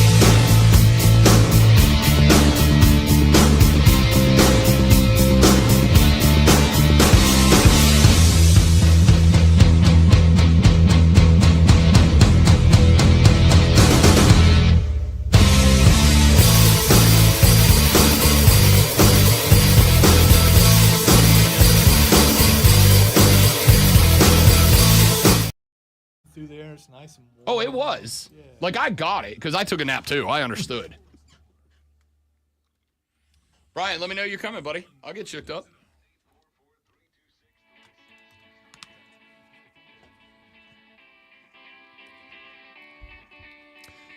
So one of the conversations that we like to have when we get a little bit closer to football season is I like to open up the phone lines and the text lines and ask you all as fans, what are your legitimate, genuine expectations for this football season? I ask you to set a ceiling and a floor for your football team. I ask you to set a ceiling. What is the highest you realistically think your football team can accomplish in the 2025 season? And what is the floor? What is the line that you say, if we underperform this line, that's unacceptable and conversations need to be had? And the reason I do that every year is because that, to me, is a good way to set a standard by which to judge, critique, criticize, or praise your football team at the end of the year. It gives me a mark that when we get to the end of the year and it's time to do the post-mortem on the season, I can say the overall fan expectation for the whatever football season we are talking about, the overall average fan expectation was 6-6, 7-5, 10-2, 11-1, a playoff berth, an ACC title, an SEC Eastern Division title, whatever, right? It gives me a mark that I can say, okay, the average fan expectation was blank, and you did not reach it, so we need to have a conversation about the direction of your football team, or you reached it, in which case we need to have a conversation about, all right, how do we continue that momentum moving forward? Or we say, hey, you exceeded it. Things are great. Let's see if we can pin down what went right and what went wrong so that we can grow and get better from it. I think it is important for us to set that expectation. Now, with that being said, it is way too early to have that conversation. It is May 19th. We have not yet even gotten to the main camps for these teams yet. Let's have the conversation anyway. Let's start it now because you've gotten a pretty good look at your team. You've gotten the spring. You've gotten an open and closed transfer portal window. You've had the spring games or lack thereof. You have gotten to see at least the foundation of your 2025 season college football program. South Carolina, Clemson, you Furman and Wofford fans, if you want to chime in, I think it is fair to at least dabble in the conversation now. Obviously, plenty of time to reevaluate, to readjust. We don't know what injuries, if any, might take place in the fall. We don't know what coaches might move in the fall. We don't know what anything is going to happen between here and 96 days from today when toe meets leather. So, I want to know right now on May 19th what your post-spring expectations are for the 2025 season. And the reason I say this is last week on the show, we did a way too early evaluation of the quarterbacks. And the reason I brought that up was because I was looking at the Heisman Trophy betting odds. And depending on the book you look at, there's about 11 to 12 to 13 players that right now are listed with odds attached to being either a Heisman Trophy finalist or a Heisman Trophy winner. And I don't know. I'm not going to say it hasn't because I don't know. But I don't know if there has ever been a year in which the quarterbacks for both South Carolina and Clemson entered the season as Heisman Trophy, forget favorites, even odds havers, right? Even got listed on the board. Because right now, there's a lot of guys that have high expectations, but there's a lot of potential unknowns that through fall camp, You're going to start seeing beat reporters that go, surprise, this guy that we have, this new freshman, this new transfer portal guy, this walk-on who earned a scholarship. Turns out he's a diamond in the rough. Turns out he's a guy. He's a stud. He's going to be able to play. He's going to be a contender this year. He's going to take us to the next level. And those guys start getting added to the Heisman board. Cade Klubnik is a 7-1 Heisman Trophy odds vote right now, or odds haver right now. Cade Klubnik is, depending on, again, the site you look at, is sitting around the third shortest odds, and I have seen him as high as the second shortest odds to win the Heisman Trophy in 2025. Well, if that is the case, if he is believed to be the second shortest odds haver for Heisman Trophy in 2025, that tells me that Vegas believes Clemson's about to have a year. Because, as we pointed out with the NBA MVP trophy earlier in the day, the Heisman Trophy is, and this is the reason that I will talk about it on the show, because it is important. I will talk about it on the show because you're not going to win it if you're at least not a stud, but your team has to, at the very least, your team has to meet the expectations set for it by America going into the year. Colorado, Travis Hunter. Last year, Colorado came into the year with some expectations. I don't think anybody thought that Colorado was going to be in the Big 12 title hunt until literally the very last week of the season and get bumped out based on a tiebreak. They met and exceeded expectations. Travis Hunter was a Heisman Trophy finalist and winner. We have seen other years where favorites get bounced, not because they're not good, but because they ended up playing on a team that goes 8-4 and was expected to be a playoff team, or goes 6-6 and was expected to be at least a contender for the conference. If Cade Klubnik is the second shortest odds haver right now for the Heisman Trophy, it tells me that Vegas has got very high expectations for the Clemson football team this year. Lenoris Sellers is a little bit lower down on the list. He's got about the seventh shortest odds to be a Heisman Trophy winner this year. He was checking in, last I looked, somewhere in the neighborhood of 25-1. Now, those are long odds. Honestly, pretty good odds to take a waiver out on if you believe that he will be in the mix, but pretty long odds. But it says the same thing. If they are putting, with all due respect, if they are putting a South Carolina Gamecock quarterback on the list of potential Heisman Trophy winners, to the point that not only does he have odds listed, because there are a couple of players from smaller schools that are listed but have longer odds. Not many, because there's only like 13 guys listed. He's about halfway down the pack. But it's at 25-1, which is a long number. That means that there are elevated expectations for that team in Las Vegas this year as well. Now, I've looked up the over-under win totals. I have looked up the championship odds for each team, and they kind of reflect that. Clemson is a top 5-6 shortest odds. South Carolina is listed on the board as a potential national champion. When's the last time that happened? It had to have been before I got here, with all due respect. Not even with all due respect. That's just a fact. Had to have been before I got here. So the expectations after the spring camp, when these odds started making their way onto the board, the expectations in Las Vegas are very clearly elevated for both of these football teams, higher than they have been the last couple of years, and for South Carolina, higher than they've been since Steve Spurrier was there. Maybe before that. I don't know what the Vegas odds for Steve Spurrier to win a title in Columbia were, but I suspect they were probably longer than they are now.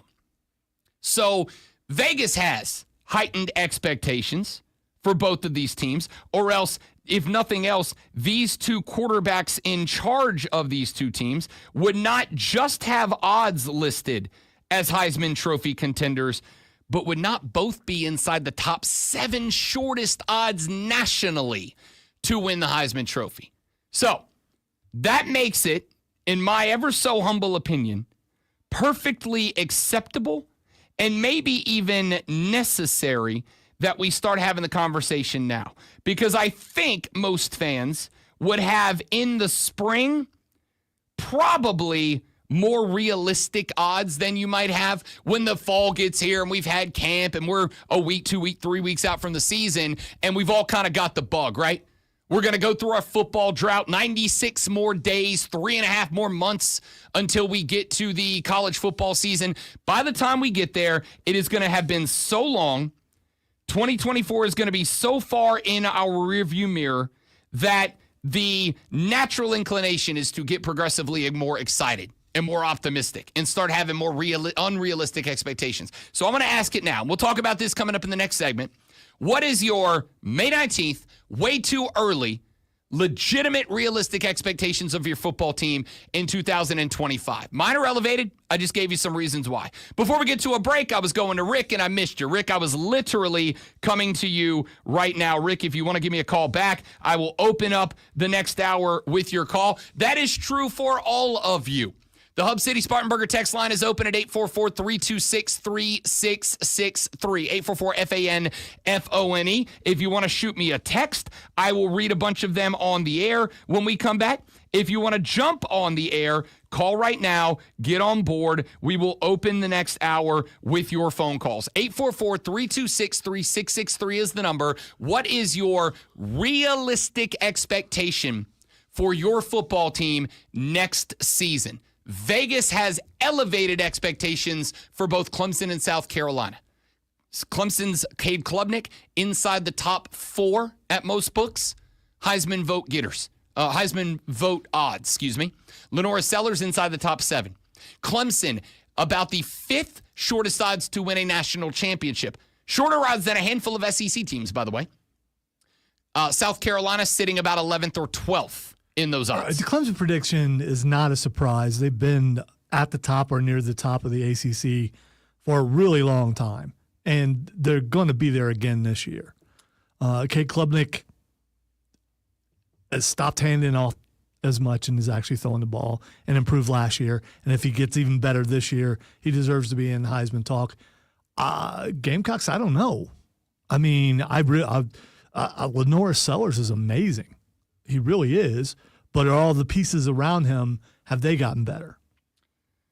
I mean, and have they been replaced, right? Rocket Sanders out of the backfield. Have we got a highly touted recruit coming in to run the football?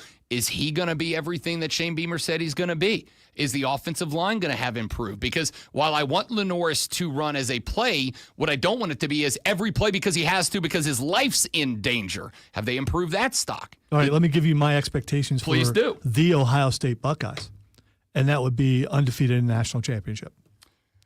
By the way, that was my expectations last year and the year before and the year before and the year before and my entire life.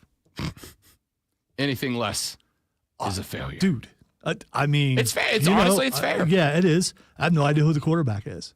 I guess it's going to be Julian Sayin. That's what it looks like. But I don't know. That's what it looks like. But as you pointed out, nothing is guaranteed. So let's find out. It is May 19th. It is way too early, and yet Vegas has got these odds out. Vegas seems to like both of your football teams. Knowing that, what is your, on May 19th, 96 days away from the start of the football season, what is your realistic expectation? And you can set it as a ceiling, you can set it as a floor, or you can set it at both. This is the best we can be, or this is the mark that if we do not accomplish it, I will be upset as a fan. Where on that scale are you? Texture says Clemson national champs this year. Look, if that wide receiver core is as good as I've been told that it's going to be, if Cade Klubnik is indeed a Heisman Trophy finalist, as I've been told he's going to be, then that is not, I think it's optimistic, but not unrealistic. Texter said, John Dog, Texas So, said Georgia, SEC championship and a natty run. I would agree with that. Georgia has been a team over the past couple of years that's reloaded. That being said, there is also a belief that with a lot of what's happened, John Dog, away from the field, Georgia may have had some issues getting some recruits in. I don't believe it, but getting the guys that they want. There is some thought that the SEC may have started to catch up with Kirby Smart. Again, I don't believe it. I think Kirby Smart is very much like Nick Saban. Not necessarily. I mean, he can outcoach. I actually think he's probably a better game day coach than Nick Saban, but he's a dude that beats you on signing day in February, beats you on portal day, and beats you in the pregame planning, and just has his team ready to go.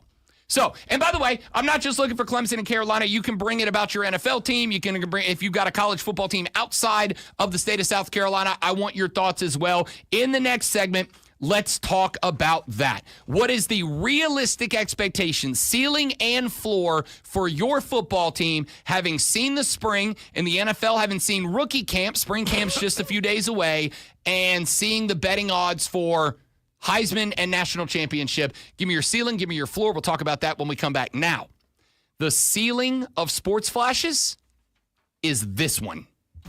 The ceiling is the floor. That's what I've been told. The Atlanta Braves knocked off the Boston Red Sox at Fenway last night, 10-4, taking Game 3 and the series 2-1. Spencer Schwellenbach earned the win, giving up 6 hits and 4 runs through 7 innings. All but one of Atlanta's starters had at least 1 RBI. That's pretty good. Clemson Tigers baseball team earned the 5th seed in the ACC tournament and will play their first game on Wednesday against the winner of the 12-13 matchup of Virginia Tech and Stanford. Clemson swept Pittsburgh on the road over the weekend, scoring double digits in 2 of 3 games. South Carolina baseball team will hold the 15th seed in the SEC baseball tournament in Hoover, Alabama, starting this Tuesday and facing 10 seed Florida in the opening game. A win would advance them to Georgia in round 2 on Wednesday. The Gamecocks dropped 2 of 3 against number 1 LSU over the weekend.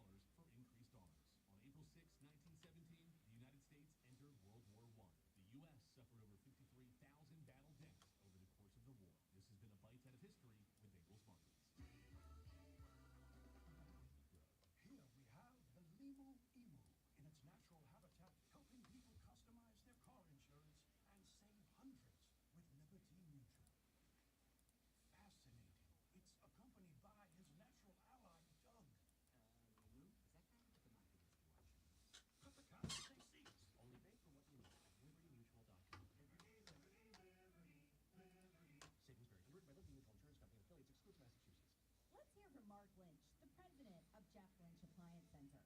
Heavenly Father, we pray that we'll always keep you first in everything. You tell us in Matthew 6:33 to seek you first in your kingdom and your righteousness, and all of our things that we need will be added unto us. So we thank you for that. We thank you for your promise. In Jesus' mighty name, amen. You've just heard from Mark Lynch, the president of Jeff Lynch Appliance Center. For complete rules on contests on this station, go to thefanupstate.com/rule. That's thefanupstate.com/rule. Shopping with your parents can be embarrassing. Why would they sell jeans with holes in them? I'm going to speak to the manager. Mom! That hoodie is giving. You should get it. YOLO. Thanks to the Chase mobile app, your kid can shop independently while you keep an eye on their spending. So you can go from We can be twinsies. to How was shopping? Saw you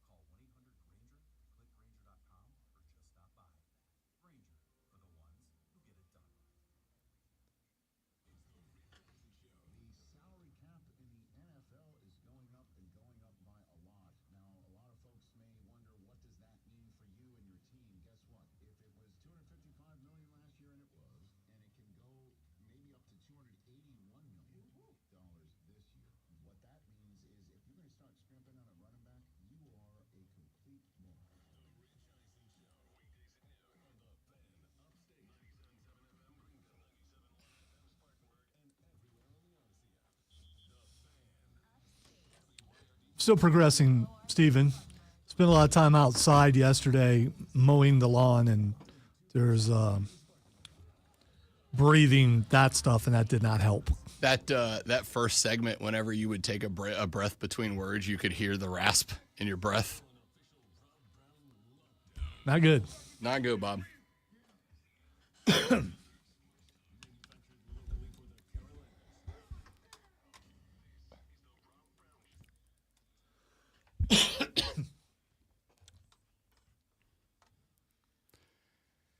The Rob Brown Show rolls on. It is the fan upstate. Rob Brown, the great one, Lonzo, and you. The Hub City Spartanburger text line is open at 844-326-3663. 844-FANFONE. Shoot us a text. That is the same number to call in and be a part of the radio program. If you'd like to get on the air, 844-326-3663. I was told last week in a conversation that both shocked and enlightened me. And it's not the first time I've heard it, so it shouldn't be shocking or enlightening, but it was. That there are times, apparently, I come across as unfriendly to callers. Not like directly in my conversation with them, but more, I guess the right word would be uninviting to callers. I want you to know that could not be any further from the truth. I love when you guys are a part of the show. I want you to be a part of the show. Rick, I apologize that I didn't get to you before you hung up in the last segment. If you'd like to call back, I got a spot for you right now, and that is true for all of you. I welcome, encourage, invite, and request you to call in and be a part of the show. Now, I know that it is the morning. Most of you are getting up, getting dressed, getting ready for work, on your drive to work. Maybe you're listening at work, and so calling isn't an option. But for those of you for whom it is, please know that the phone lines are always welcome. The phone line are always open, and you are invited and encouraged to participate in the show as often as you would like. 844-326-3663. I have asked you all, what is your way too early, yet also definitely not, expectations for your football team in the 2025 season? And I will say I am good for the Gamecocks. I am good for Clemson, Furman, Wofford, Atlanta Falcons, Carolina Panthers, whoever you may be a fan of, NFL or college. I want right now to know, what is your realistic expectation for the season? I brought up in the last segment, Cade Klubnik is a top 4 shortest odds for Heisman. Lenora Sellers is a top 7 shortest odds for Heisman. Ryan Horvat hosts the BetMGM tonight on the BetMGM network, of whom I am a big fan and regular co-host. Horvy's already got a play on Lenora Sellers to win the Heisman. He loved it. It's at 25-1. He said, I would bet you by week 4 that number's going to be closer to 12-1. He thinks that Lenora Sellers out of the gate is going to be a dog. And I do not disagree with him. In fact, I would say it may be, depending on the performance, obviously, it may be week 1. Because while the opponent is not necessarily a national powerhouse in terms of success, South Carolina, at a game that I will be at in week 1, is taking on Virginia Tech, the Hokies, Shane's dad's old team. Taking on VTech in the ATL in week number 1. It is one of a handful, not a ton, but a handful of games in week 1 taking place between brands. And I believe that game is in a pretty much isolated time slot. Like, it's going to be one of, if not the only game between brands that's going to be in the time slot that it is being played.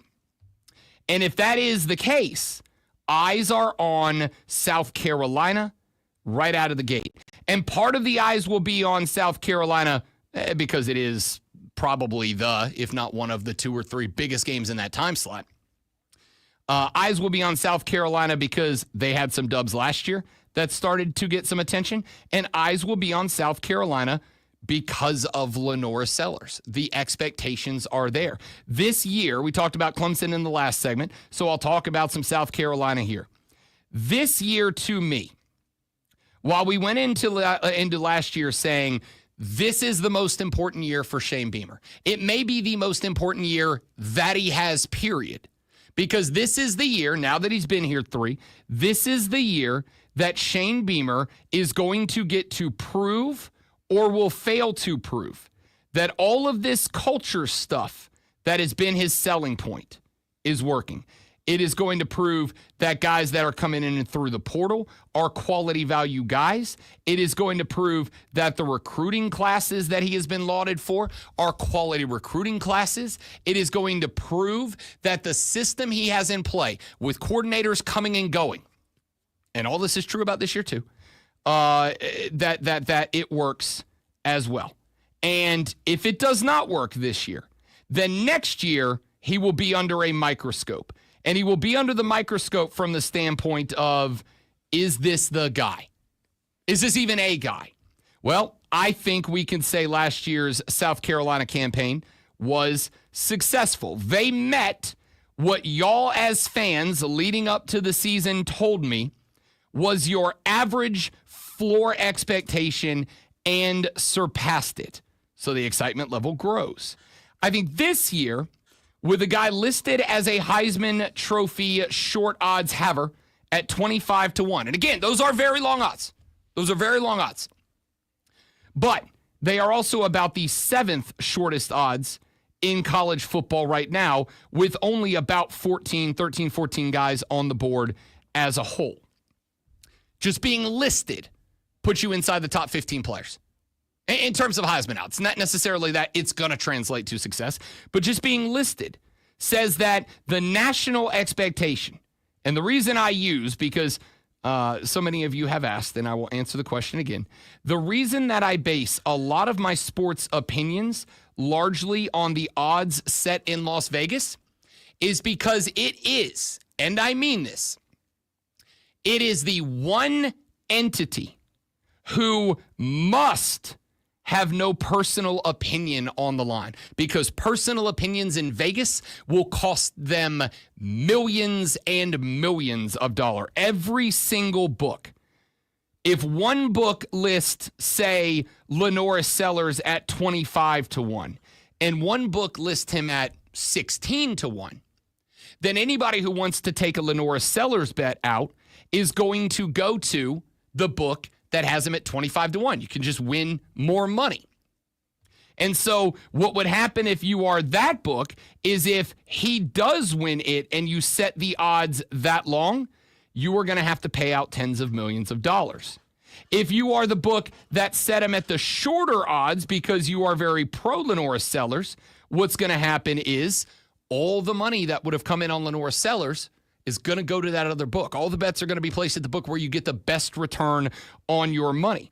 And if that is the case and he doesn't win, then all those bets that would have been kept by the sports book, those bets never get made in the first place. So Vegas has to take it all out. They can't use personal opinion. It will get them killed if they do.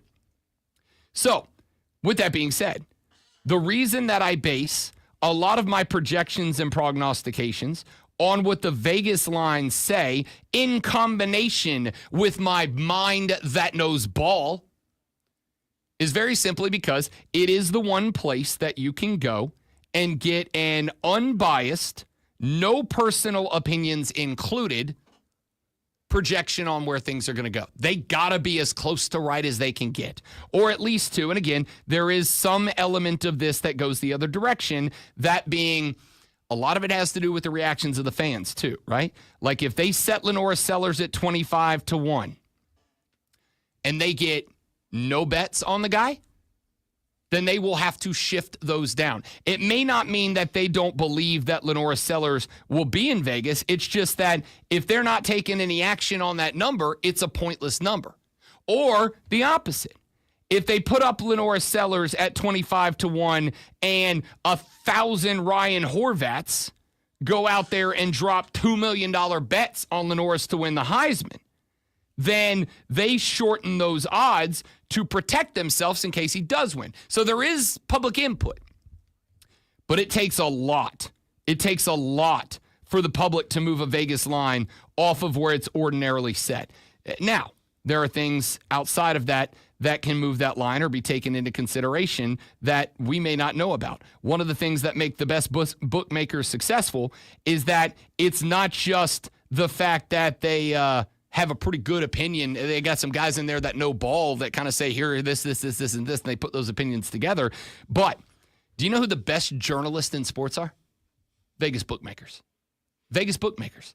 They have got to know the information before anybody else so that they can adjust the odds. Because if they don't know that, say, in the Oklahoma City-Denver game, it was announced, 2 nights before the game, that Aaron Gordon, who has been a playmaker in this series for the Nuggets, one of 2 reasons, him and Nikola Jokic, and to some degree Jamal Murray, that the Nuggets were able to far outperform their playoff expectations. Most people thought that this team was getting bounced in round 1 by the Clippers, and when they didn't, most people thought they were bounced in 4 or 5 by Oklahoma City. They took it to 7. Aaron Gordon was a big part of that reason. Well, when the initial line dropped on Game 7 between the Thunder and the Nuggets were favored by 4.5, 3.5 to 4.5, depending on the book you looked at. And then late that night, because I was looking at them, late that night, the odds jumped. And all of the sudden, Oklahoma City became an 8.5-point favorite. 8.5 points. That's a jump of, again, depending on the book you look at, anywhere from 4 to 5 points. That's a big number for a sudden shift, which meant that there was something out there that we didn't know yet.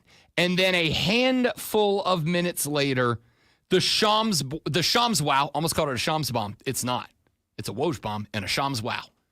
The Shams wow dropped that Aaron Gordon had been diagnosed with a strained hammy and his availability in Game 7 was in question and it would be a effectively game time decision. The reason that point line dropped so much was because somebody in Las Vegas got that call. That information made its way to the books before it made its way to you and I as sports fans / degenerate gamblers. So when that information happened, it should tell you that the best journalists in sports aren't Shams and Shefty and those guys. The best journalists in sports are people who don't write stories about what the information they get is. They don't write stories about it. They keep it to themselves because it gives them an advantage on getting that out there. If that information about Aaron Gordon would have become public before the line moved from 4.5 or 5.5 to 8.5, then guys like me saw that, ran to the book, and hammered, if possible, the Oklahoma City Thunder to cover that number. Because the Denver Nuggets are now playing 2 injured starters or playing 1 injured starter and just outright missing another guy in a series they've already gotten blown out at in a couple of times. So Vegas has got to get that number changed before the information becomes publicly available so that they don't get that line hammered and become liable for hundreds of thousands, if not millions of dollars. The point here is the folks in Vegas have an idea of what is really going on with just about every franchise or program in America well before we do.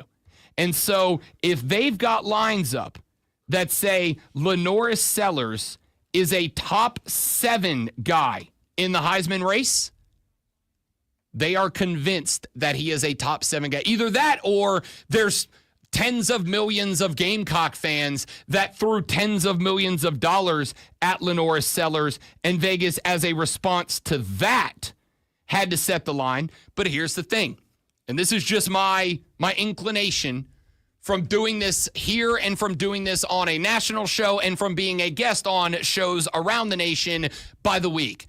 No, The rest of the country is just warming up to Lenore Sellers, despite the year he had last year. So this says the folks in Vegas honestly have expectations for this kid and this team this year. So I'm curious, as far as Vegas goes, how early do people bet on the next season? As soon as the numbers go up. So as soon as, and how soon is that in a year?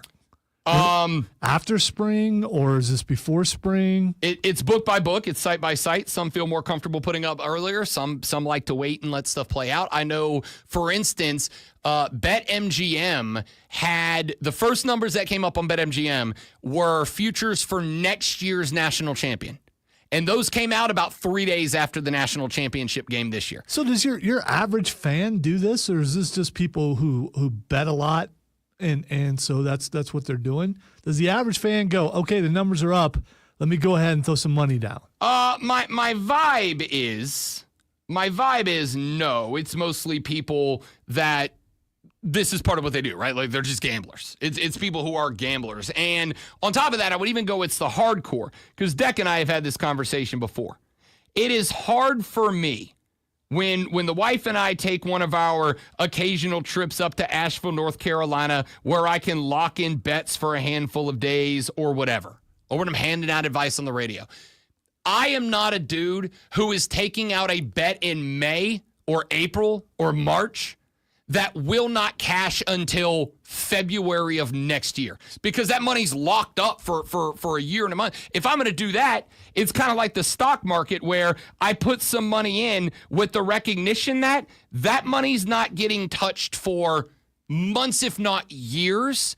I don't like doing that. I just like to play numbers every single day. And again, I do it for modern entertainment. Like I said, I'm a beer bet money guy. Like, I bet $10 on a game and win 12. Like, I'm a small market guy. But for the dudes that are putting tens or hundreds of thousands of dollars down on numbers, Vegas has got to get it right so those guys don't smoke them. And those are the types of guys that have money that they can go, I'm put a $10,000 bet down on Ohio State to win the Natty next year, which right now pays out at like 4.5 to 1, and I can let that money sit until that time next year. So the hardcore gamblers are the ones who help set the line for the entire season? Yes. How much of an influence are the fans who come in probably when football season starts? How much can they sway things? I mean, they can when the casuals get involved. And casuals, for the record, as I've said before, not a dirty word.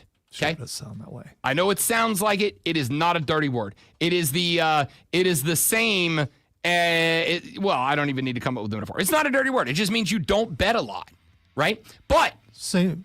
when It's the same as mid or normies. No, it's really not. Or something like that. It's just, really not. It's like, okay. It comes across that way. A casual is just somebody. I make a handful of bets, once a week, right? Handful of bets once a week.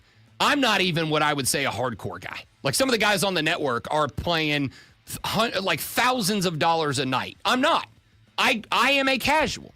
But when the lines for the championship start to shift around a little bit, and we get to the regular season, and it's less of a wait to find out, and it's a little bit more solid what the teams look like and what they're going to perform like, and guys get involved, casual fans can absolutely have an influence. So is on it the better number. to lock in early or wait till the real fans get involved? Welcome to gambling, baby. Welcome to gambling. Who knows? Can I take a bet on Ohio State right now when you, as a hardcore fan, just told me a minute ago you don't even know who your quarterback's going to be? Not really, but I'll tell you what I can say is the odds for Ohio State are going to shift when they name a quarterback. And if it's the guy Vegas likes, they may get shorter and I can't make as much money. And if it's a guy they don't like, maybe they get longer and I can make more money. That's gambling. All right, let's take a break. When we come back here in just a minute from right now, I got some sound for you.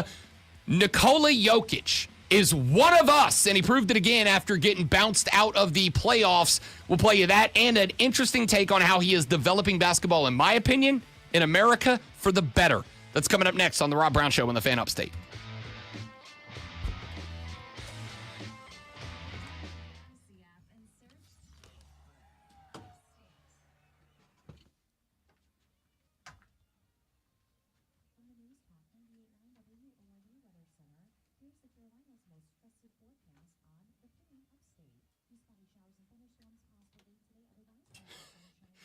Nikola Jokic said, and I'll just give you guys the preview before we talk about it on the air. Jokic was at the podium in the postgame presser, and they were like, all right, Nick, what's next for you after getting bounced? And he had two answers in one. He said the Euro Cup basketball tournament is coming up soon, and I've got to decide if I'm going to play for Serbia. He said, I've got to go talk to my... Hang on, I'm on the radio, and I didn't know I was going to be.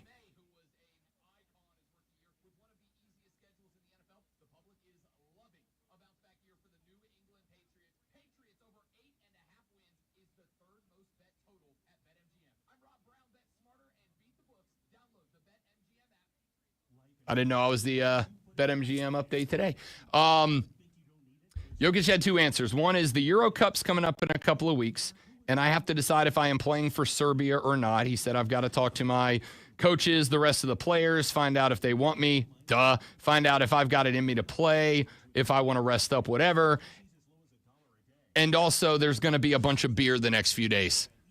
One of us.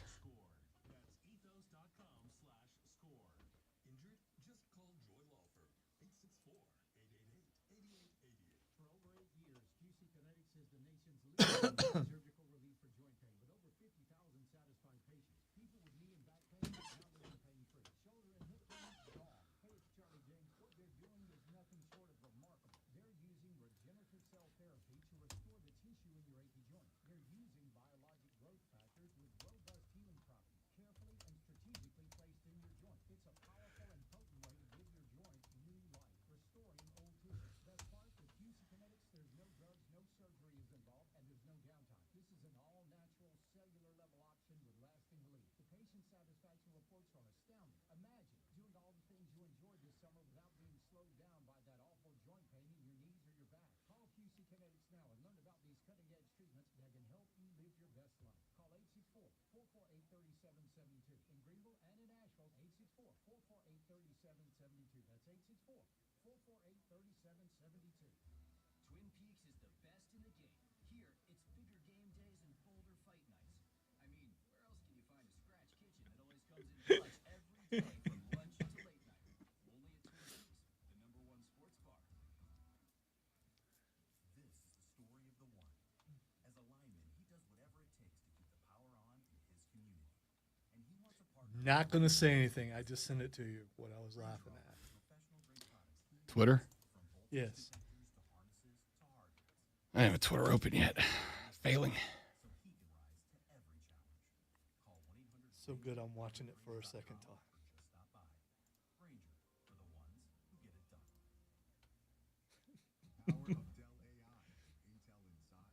transforming the world of pro sports. Teams can see curveballs coming.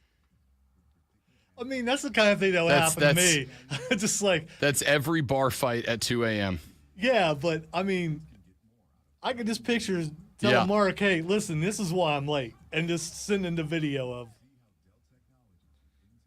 I don't even know what those are. I think they're I chipmunks. think they might be chipmunks. I'm not sure. Once I found a video of two chipmunks fighting in the middle of the road, but they're not really fighting. They're just like pushing their arms against each other and just kind of pushing and then backing up and then pushing and backing up. And it looks like every drunk fight I've ever seen. But they're in the middle of the road and people can't get past them. They're just sitting there watching them fight.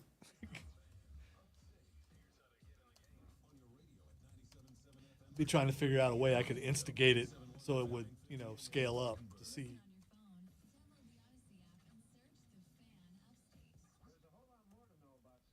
At least someone get a takedown,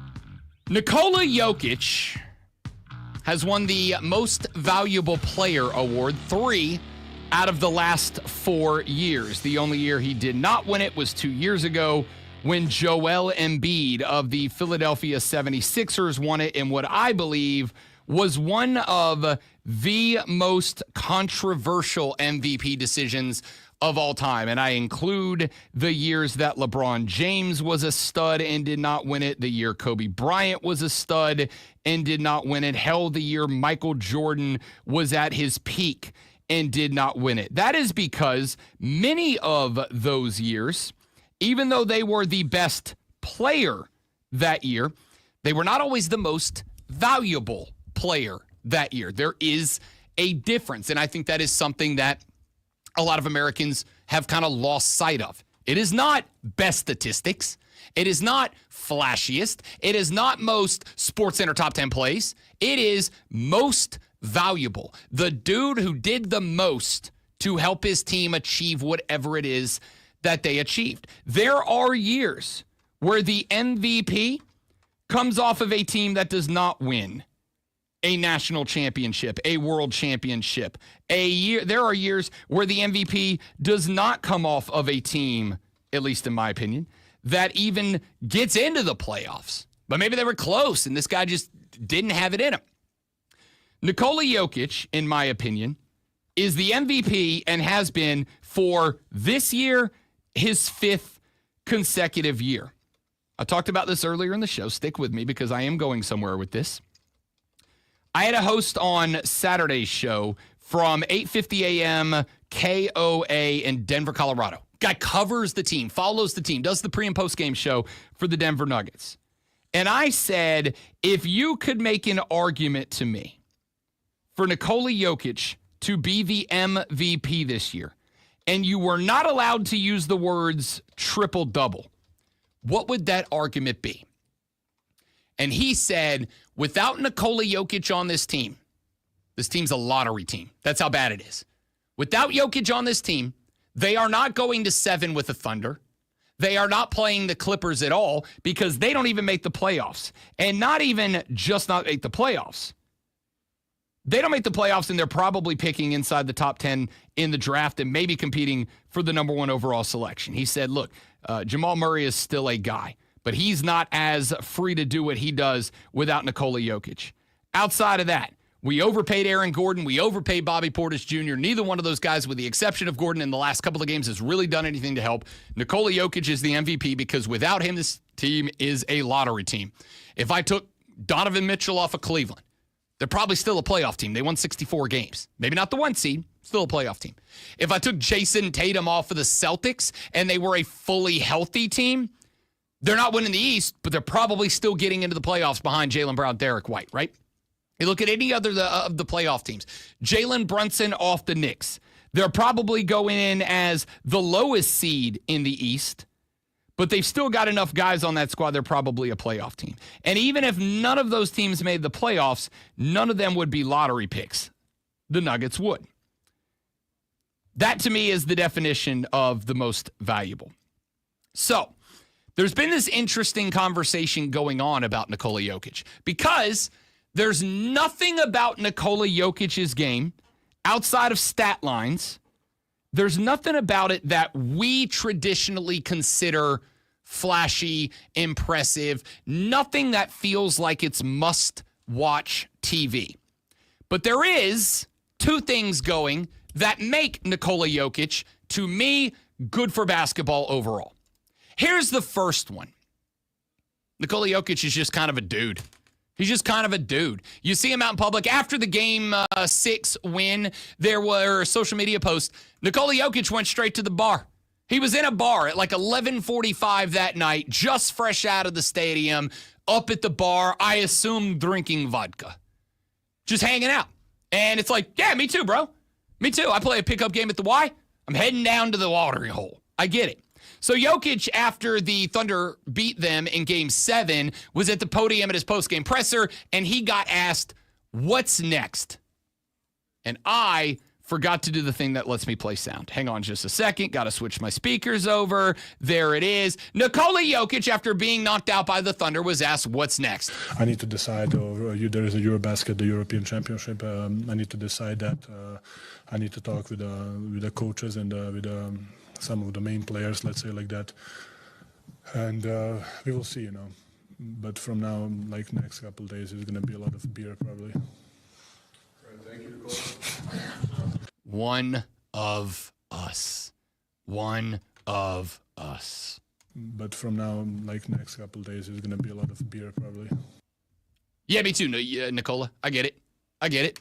All right, so he's just likable. He's just likable. Like, he can get a little intense on the floor. He got mad at a ref the other day. Actually, I had this conversation with somebody. He got mad at the ref the other day because he was set up for a free throw, and the ref kind of like half bounced past him the ball, and he was like talking to the ref. He's like, get me the ball. Like, why are you making me wait and bend over? Like, get me the ball on a good pass or whatever. People are getting mad. Why is he whining? Why is he whining? Why is he whining? The answer was, and I told them this, because Nikola Jokic understands basketball. The reason he was whining that he had to wait and bend over wasn't because he was upset that he had to wait and bend over to get the basketball on a lazy bounce pass from the official on the free throw. The reason he was whining was because it bought him like an extra 25 seconds to catch a breather. My man had played like 38 straight minutes, was carrying this team on his back, was working on a triple-double. Dude was gassed. And he bought himself like 25 seconds to catch some wind before the free throw. That was just the game within the game. But he's on top of that, he's just personable, man. Like, he finishes, he gets bounced out, he's really disappointed. And like a lot of us, when he gets disappointed, the reaction is, yeah, I'm going to go get a beer. Honestly, that's my chill out. I get home, I had a long day, crap day, bad day, whatever. Tell the wife, I'm getting a beer and I'm going out to the fire pit in my lawn chair. If you want me, I'll be out there. Like that, I get it. Here's the second reason I love Nikola Jokic, because I think basketball in this country is about to get a hell of a lot better because of Nikola Jokic. This is the Dunk Express pod. The American players right now, we lack skill. We like super athletic, and we can do one-on-one. We can do 1,000 step backs and 1,000 dribbles. He's not athletic. He's slow as he built funny, and he out here getting 37 points, 18 rebounds, 15 assists, with just straight skill. We laugh when you say, I got the athleticism of Jokic.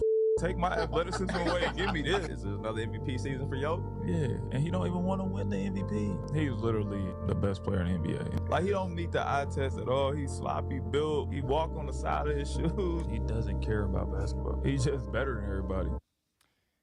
It warms the cockles of my cold, icy heart to hear young players, young fans, talking about the fact that American basketball over the past couple of years has transformed away from basketball and more into just a game of athleticism. I mean, you still got to be able to dribble. You still got to be able to pass. You still got to be able to shoot. You still got to be able to kind of sometimes defend. But it's become a game. It's a one-on-one game. It's five guys playing one-on-one for most teams. Not for Nikola Jokic. Nikola Jokic is a guy who plays the game of basketball, understands the game of basketball, sees the game of basketball, and plays the game within the game. And he should be winning his fifth consecutive MVP. It's going to go to Shea because Shea knocked him out of the playoffs. And for a lot of people, that head-to-head competition without context is what they are going to say is enough to push him over the edge. I think if anybody looks at the context of that win, it's like, yeah, Shea better win that game. Nicola's got one guy who literally can't put on his own jersey and another guy playing with a strained hammy. He's got to do it himself. You can triple team him because there's two guys out there who aren't really a threat. They're nowhere near 100%. It warms my heart to hear young fans, young players saying maybe it's not about raw athleticism. Maybe it's not about out-athleting guys. This dude is built funny. He walks funny. He walks on the side of his shoes. He's not in shape. He doesn't care about basketball. And yet he's out here putting up 35, 17, and 12 every game. Why? Because he's just a fundamentally sound player. And I wonder if moving forward, I hope moving forward, that the success, this is part of another part of the reason I want him to win the MVP, even though he won't. I hope that at some point in the near future, this is my old man boomer take of the day, I hope that at some point, young players are start to be taught, play like Nikola Jokic. Play like the foundation of the game matters. Because if you play like that, you can be that guy out of shape, built funny, whatever, and you can go get 35, 12, and 11. You can do it consistently. And if we start teaching our young players like that, basketball is going to be great. But if we keep doing this 5 players playing one-on-one stuff we've been doing for a while, not only is the rest of the world going to catch up with us internationally, but at some point, the game's going to get boring. I'll just go watch one-on-one videos on YouTube. When we come back, Boomer Esiason put the boomer in Boomer Esiason yesterday, and we're going to address it when we come back on the Rob Brown Show in the Fan Upstate. No, we're not. Do what? No, we're not. Oh, John Blau, you're right. Crap. Never mind, stream. Clocks are complicated. No, I just got lost in the sauce. Thank you for that.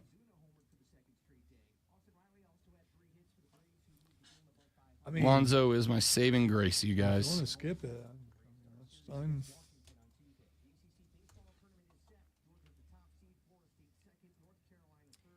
Winnipeg forever the zombie thrashers. Sorry, zombie thrashers, not zombie thrashers. Gotta do a thing. So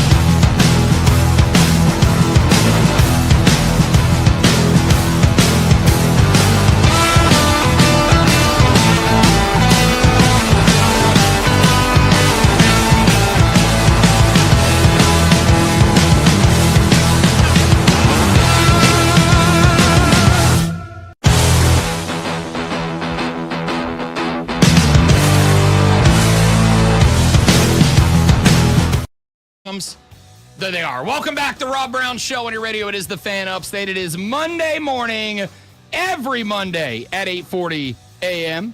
We head on over to Clemson, South Carolina, where we welcome in a young man who covers the Clemson athletic department for the Post and Courier, John Blau, joining us here on the show. John, welcome back, big dog. Great to have you. I imagine the social media interactions were a little easier for you for the Clemson baseball team this weekend. Yeah, you win 3 games. I think everybody's a little bit more calm, I would say is the word.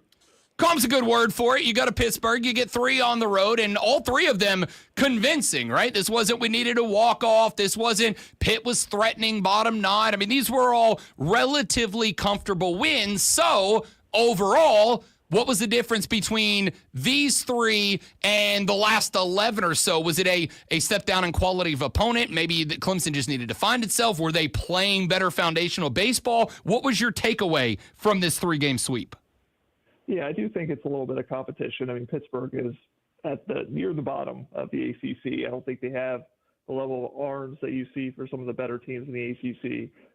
But it was a more complete performance. I mean, you got to judge Clemson on what they were able to do. And Aiden Canuck and Drew Titsworth able to go deeper into games, save the bullpen for, Sunday. You have more options going into the last game. You have, I think, double-digit hits in back-to-back games for the first time since like mid-April. And so, better in all ways. I mean, obviously pitching again, able to go and kind of cover the innings you need, and hitting, be able to produce enough hits, stringing them together to be able to score runs. So, it was a complete performance. I think it at least gets Clemson a little more confidence going into the ACC tournament. It's still kind of brutal to look back. I mean, if Clemson wins one more conference game, any game throughout the regular season, they're the number 1 seed in the ACC tournament. They win the regular season title. Now they're the number 5 seed, and so they don't get the double bye. They get 1 bye. So it's still a little brutal when you look back, but I think to get a little confidence going into the postseason was important.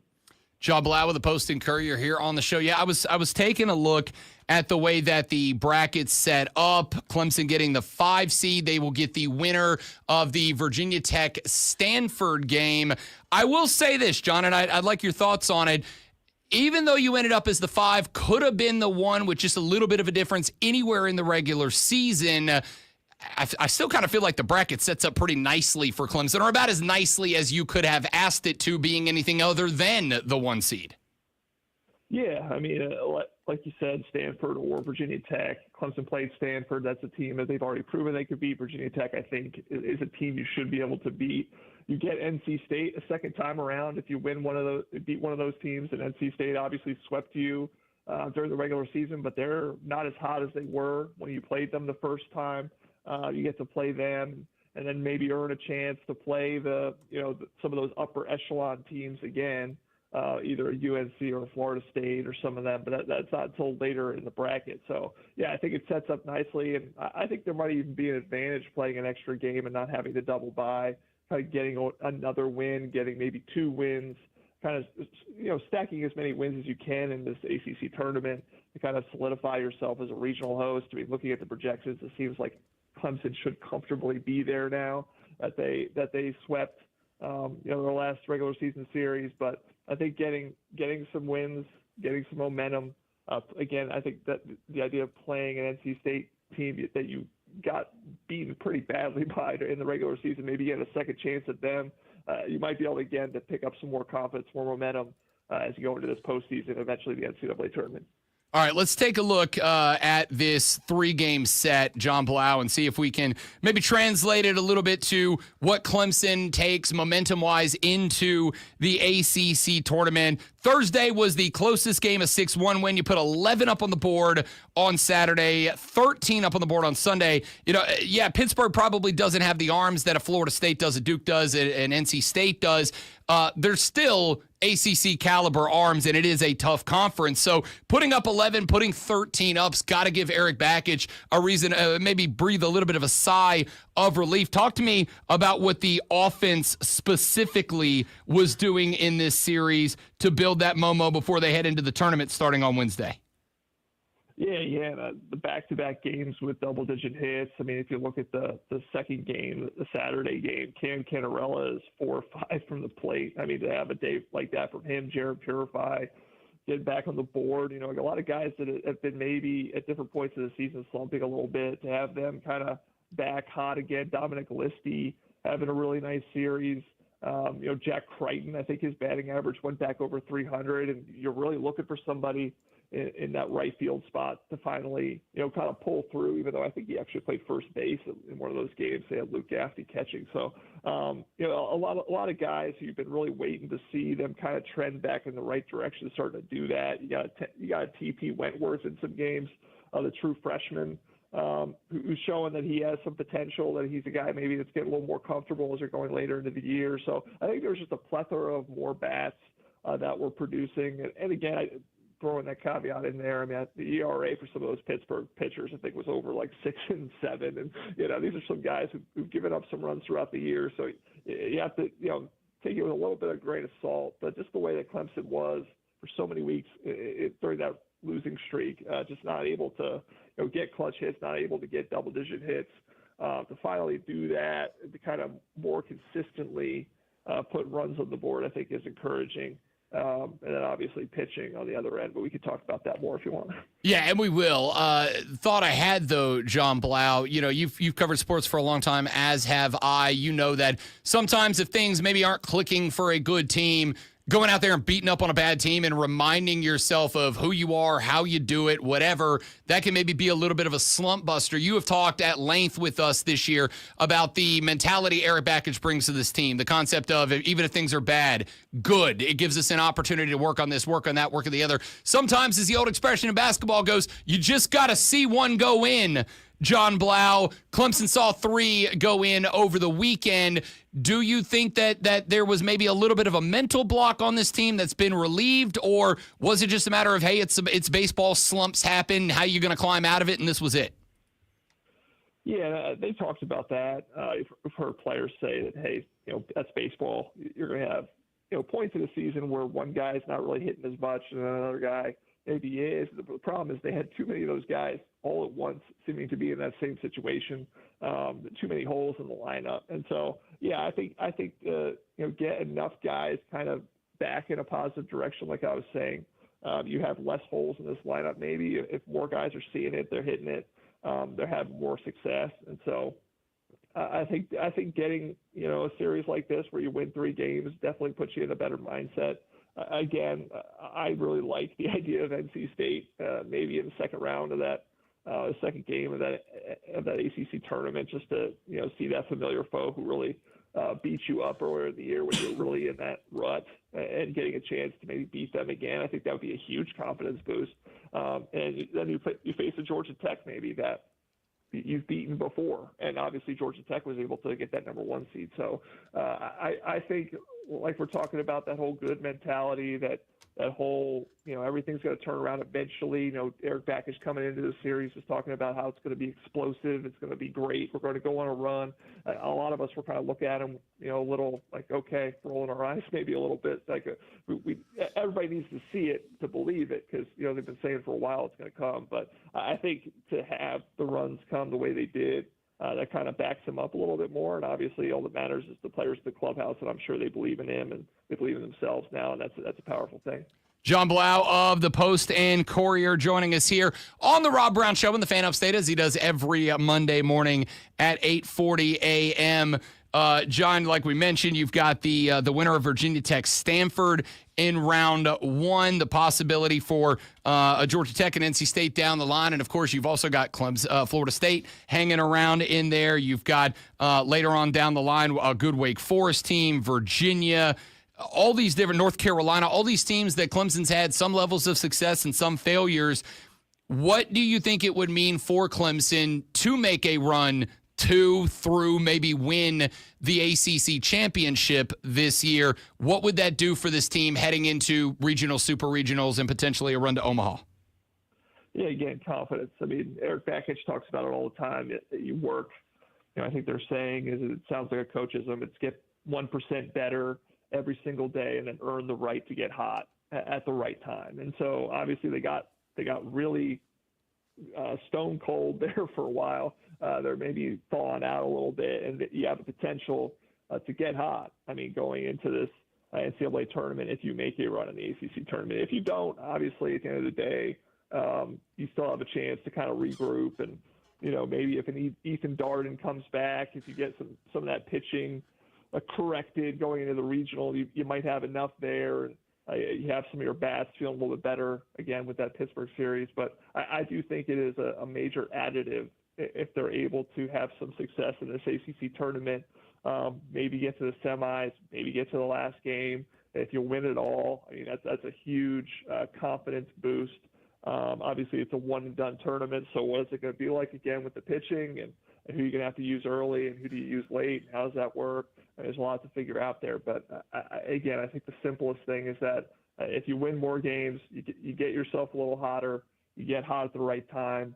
That could be a huge thing mentally going into this point of the year, the postseason, and obviously the NCAA tournament. John Blau with the Post and Courier here on the Rob Brown Show and the Fan Upstate. Listen, John, I don't think that there is a sport that is maybe less predictable in the postseason than college baseball. Weird stuff happens all the time. Same with college softball. I'm looking at Texas A&M, the number 1 overall seed, losing in their regional this weekend. It's a weird postseason, but I'm going to ask anyway. What is your expectations? Do you have any? What would you consider a satisfactory, a disappointing, or an exciting outcome for the ACC tournament? And how does that set us up for regionals and super regionals if you're Clemson? Yeah, like you said, it's always really hard to predict. Very variable, just because one bad pitching performance or some fluky play, bad call from an ump. You go back to that Florida State series and the one they lost in the 9th inning, or I think it was actually an extra innings, a weird call and out that maybe shouldn't have been called. But yeah, I mean, as far as the ACC tournament, I would say if you can win a couple of games, again, I really, really pinpoint that NC State game. If you can win that game, get past that point, maybe you lose in the quarters, or I think the semis actually, if you get past NC State, but then that would be, I think, a pretty good result. Obviously, winning the whole thing would be icing on top. I think that would be good. I don't think you obviously don't want to lose to a Stanford or Virginia Tech in the first game. If that were to happen, then you got a lot of the same questions swirling around about are you really in a better place? But I think if you beat them, if you maybe can get a win over NC State, I think that's a huge deal. Anything on top of that, I think is kind of icing on the cake. And obviously, I think they're a regional host as long as they don't bomb out, look terrible. Other teams go on some runs in their conference tournaments, but you would like to have a little bit more of a positive than a one and done. So I would say that would be the worst case scenario. John Blau covers the Clemson Tigers for the Post and Courier, joins us every Monday at 8:40. John, it is nice to talk to you with some positivity, some excitement, some optimism about the Clemson baseball team for the first time in a while. The next time we speak, we'll have the conclusion of the conference tournament and have an idea how the regionals shape up. My man, I appreciate it as always. Thanks for swinging by, pal. I appreciate it. Thanks, Rob. Anytime. John Blau, Post and Courier. You can find him on X at John_Blau. BLAU. If you're a Clemson baseball fan, he is your must follow throughout the run through the ACC tournament and up through Omaha. The ACC tournament again kicking off on Tuesday up there in Durham, North Carolina, starting at 9 a.m. with Miami Cal, and then Clemson gets their first game underway. Game 6, 1 o'clock on Wednesday against the winner of the Virginia Tech Stanford game. Speaking of winners, all of you for getting to experience Lonzo Sports Flash. And that's the bottom line because John Blau said so. Nice. He said stone cold. I don't know if you caught that.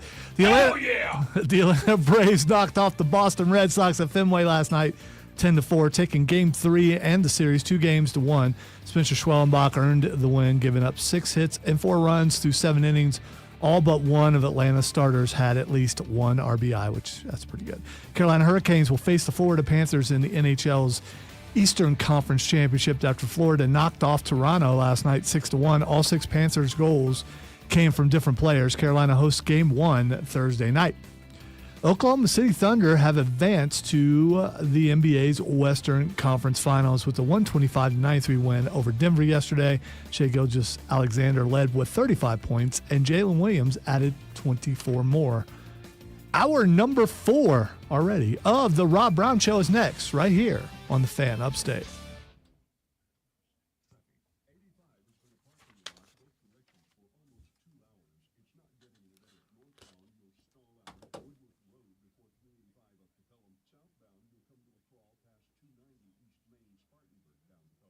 I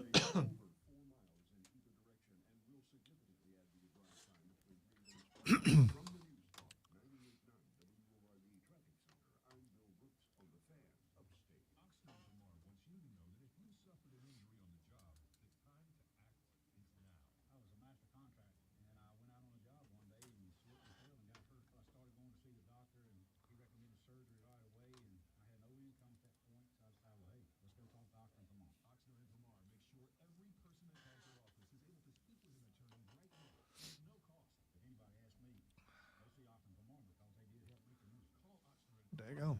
at 1-800-319-9000. All aboard! Next stop, Unforgettable Baseball Fun. The Hub City Spartanburgs are loading up the base and serving up sizzling action all season long. Hop on board and join the ride. Get your tickets now at HubCitySpartanburgers.com. Hi, Reese. As a rideshare driver, I love keeping my car smelling fresh and clean. So when I'm driving, I only trust Febreze car vent clips, featuring 3 distinct intensity settings. Because it's that little touch that sets me apart. I can turn the intensity down for subtle freshness, or I can turn it up for when I want lots of scent. So whether it's set to low, medium, or high, with Febreze car, I know my car's going to smell amazing. Which keeps my driver rating right where it belongs. Picking up, Oscar! I went hands-free. I went hands-free. I went hands-free. I went hands-free with Skechers Slip-ins. Join the millions of people who are celebrating going hands-free with Skechers Slip-ins. Footwear you just step into and they're on. It's crazy how something as simple as a pair of shoes have made my life better. After trying Skechers Slip-ins, I want all my shoes to have this technology. See what everybody can't stop talking about. Go hands-free with Skechers Slip-ins at a Skechers store, Skechers.com, or wherever stylish footwear is sold. When it comes to the best sports talk anywhere, listen to the Fan Upstate on Odyssey no matter where you are. In the car, at home, at work. Download the free Odyssey app on your phone. Search the Fan Upstate. You're in the game. Fan Upstate. Wire to wire with Diesel and Cole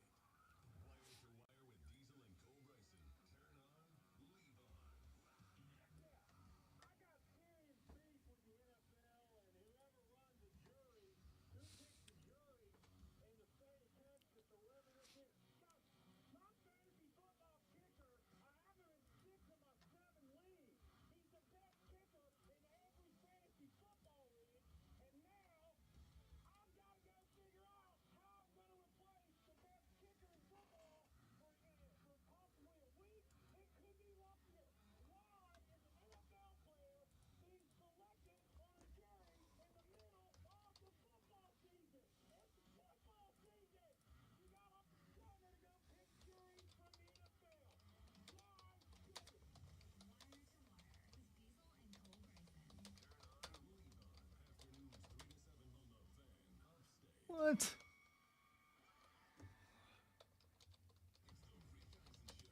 Jaden Daniels as your quarterback is going to bring people to your team happily. This is the latest example of, hey, Commanders fans, your owner isn't turning off the rest of the free football world. You've got an actual, yes,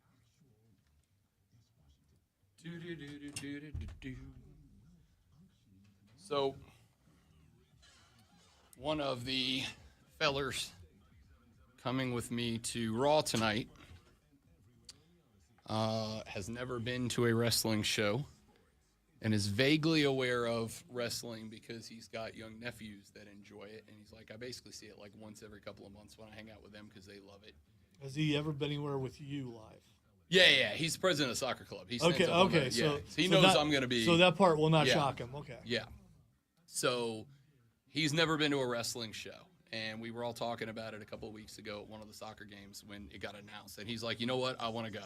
He's like, I want to see what this is all about. You guys love it so much. And I was like, great. So I just texted him. And I'm like, I need you to spend the day preparing for a world of weird and crowd watching that you've never experienced before. He should brush up on his woos. He texted me the other day a screenshot of Tiffany Stratton. Will she be there? Question mark, question mark, question mark, question mark. And I was like, no. And then I sent him back a screenshot of Rhea Ripley, and I was like, she will be. And he's like, good. You know who will be there? Your boy Logan Paul's going to be there. If you hear a one consistent boo that lasts the entire segment he's on, know it's me. The Rob Brown Show back on your radio. It is the fan upstate. Rob Brown, the Great Lonzo, and you. Happy to have you. As we set the tone for the week, any and every coach will tell you how you start is how you finish. So we go full throttle. From 6 a.m. to 10 a.m. on a Monday morning. We kick all the ass now so that we stay kicking it for the rest of the week. Monday Night Raw tonight, Bon Score Wellness Arena. Your boy's going to be there. Lonzo won't come out on Monday nights anymore. It's because I'm not going to say because I'm a responsible adult. I know that I cannot function without a certain amount of sleep. And so I guess that goes with that. And because of that, I'm not going to risk it. Now, I will go to SmackDown. I was going to say, you'll go on a Friday night. Yeah, I'll go to SmackDown. Yeah. But Raw, I can't do it anymore. Monday Night Raw tonight at the Bon Score Wellness Arena. Unfortunately, despite the efforts, we were unable to get anything scheduled to get anybody in here today. We will hopefully make up for that next time they come through. So disappointed. I want to see Dirty Dom. I really did. That's who would have been on the request list. We will see how it plays out. Here's what we do know we have got going on tonight. It is, by the way, the go-home edition of Raw before Saturday night's main event, which we know we're getting. John Cena versus Buddy of the show R-Truth. So I'm hoping that Buddy of the show R-Truth will make an appearance tonight. I'm guessing he probably will. If I recall, which we'll go over this Thursday, but I think Drew McIntyre versus friend of the show, Damian Priest, in a cage Saturday. Would be dope. Yeah, would be dope. So. Here's what we know right now is on the card. We know we are getting Jey Uso versus Braun Breaker. We also know that likely means that Seth Paul Heyman will be in the building. We will see if other names like Sami Zayn are going to get involved. Potentially we get a surprise Punk appearance. Logan Paul scheduled to appear.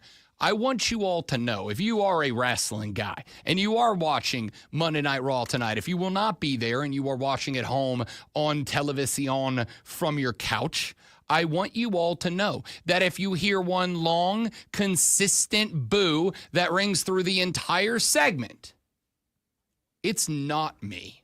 It's not me. You want to know why it's not me? Because I will be making one request of my fellow wrestling watchers this evening, and that one request will be, don't react at all. Please don't react. Here's what you're going to do. You're going to go for a run right then. You're going to go to the bathroom or something. You'll know when he's coming out, and then you'll just get up and go out. You know what I might do? I might do what the Yankees did to Juan Soto over the weekend. His return to who? To Yankee Stadium. Juan Soto. There we go. Left the New York Yankees, went over to the Mets, took a huge contract to do it. The Yankees fans obviously consider him a turncoat. On Friday night, 7 o'clock, Subway Series, when the Mets came across town to play the Yankees at Yankee Stadium, it, of course, was Juan Soto's return to Yankee Stadium. For some reason, and I do not understand it at all, but hey, sports. For some reason, the New York Yankees decided to play a tribute video to Juan Soto, who spent, and this is true, I did the research, 1 year with the Yankees and won nothing. No World Series, made it to it. I mean, that's impressive. They got there, but won no World Series, no MVP, no Cy Young, no Silver Slugger, no Golden Glove, won no individual or team. I mean, they did win the AL pennant, but did not win. They went to the World Series since he left? No, that's because they've played 40 games since he left. Oh, okay. This is his first year gone. He was only there last year. Was there 1 year last year, left to go across town. And for some reason, and while I am very pro, within understanding, while I am very pro respect and sportsmanship and all that in sports, I'm a big fan of it. while I am a big fan of, talk smack within the game, but be a good sport outside of it. I really don't understand why the Yankees decided a tribute video to a player who was there one season and did, again, was a great player, was a phenomenal player for them, but he was there 1 year. I think if maybe like they had won the World Series with Juan Soto, and Juan Soto was a World Series hero, had 4 homers in the series and 15 RBIs and put up dumb numbers, and they won a ring, then I think maybe in that spot I'd be like, okay, he earned it. Like, he made Yankees history. They lost to the Dodgers in the World Series. Like, they got there, but it was not a World Series win. He didn't win any individual awards. He was good in the World Series, but it wasn't like he was the reason they were competitive. So they do a full tribute video for Juan Soto when he takes the field for the first time on Friday night. And the easiest favorite part about this, I was on BetMGM Tonight as a guest host on Friday night. And hilariously, I stopped their show, which you don't, as a guest host, you don't do, right? As a guest host, you show up, you are a guest. You talk about what they want to talk about, when they want to talk about it. You do not bat leadoff. You wait for the assist man, right? You let Horvat throw you the ball, and then you flush it. That's my job when I'm a guest host on BetMGM Tonight. I decided, nope, I have to bring this up now, and stopped the show on Friday to ask the crew, is anybody else watching this? Because not only did the Yankees decide to throw up a whole tribute video to Juan Soto as if he had died. No, he just played there 1 year and left. But when they did, the entire ballpark of Yankees fans, and y'all know I hate a Yankees fan, all right? Can't stand a Yankees fan. The entire ballpark of Yankees fans stood up and turned their back to the field, like arms crossed, refusing to watch and or acknowledge. When Juan Soto made his way out to right field in the bottom of the first inning for his first defensive appearance at Yankee Stadium, the entire right field section of bleachers once again stood up and turned their back on Juan Soto. He was like acknowledging the crowd that was 20% Mets fans. The 80% of Yankees fans stood up and turned their back on him. It was hilarious. Like, it genuinely was funny to me because I'm like, I don't understand why you'd play a tribute video for this guy in the first place. And then second off, I thought it's great from the crowd. Like, it's good sports heckling, and I'm here for it. So you really think that tonight at the Well in Greenville for Monday Night Raw, that people would stand up and turn around when Logan Paul comes out?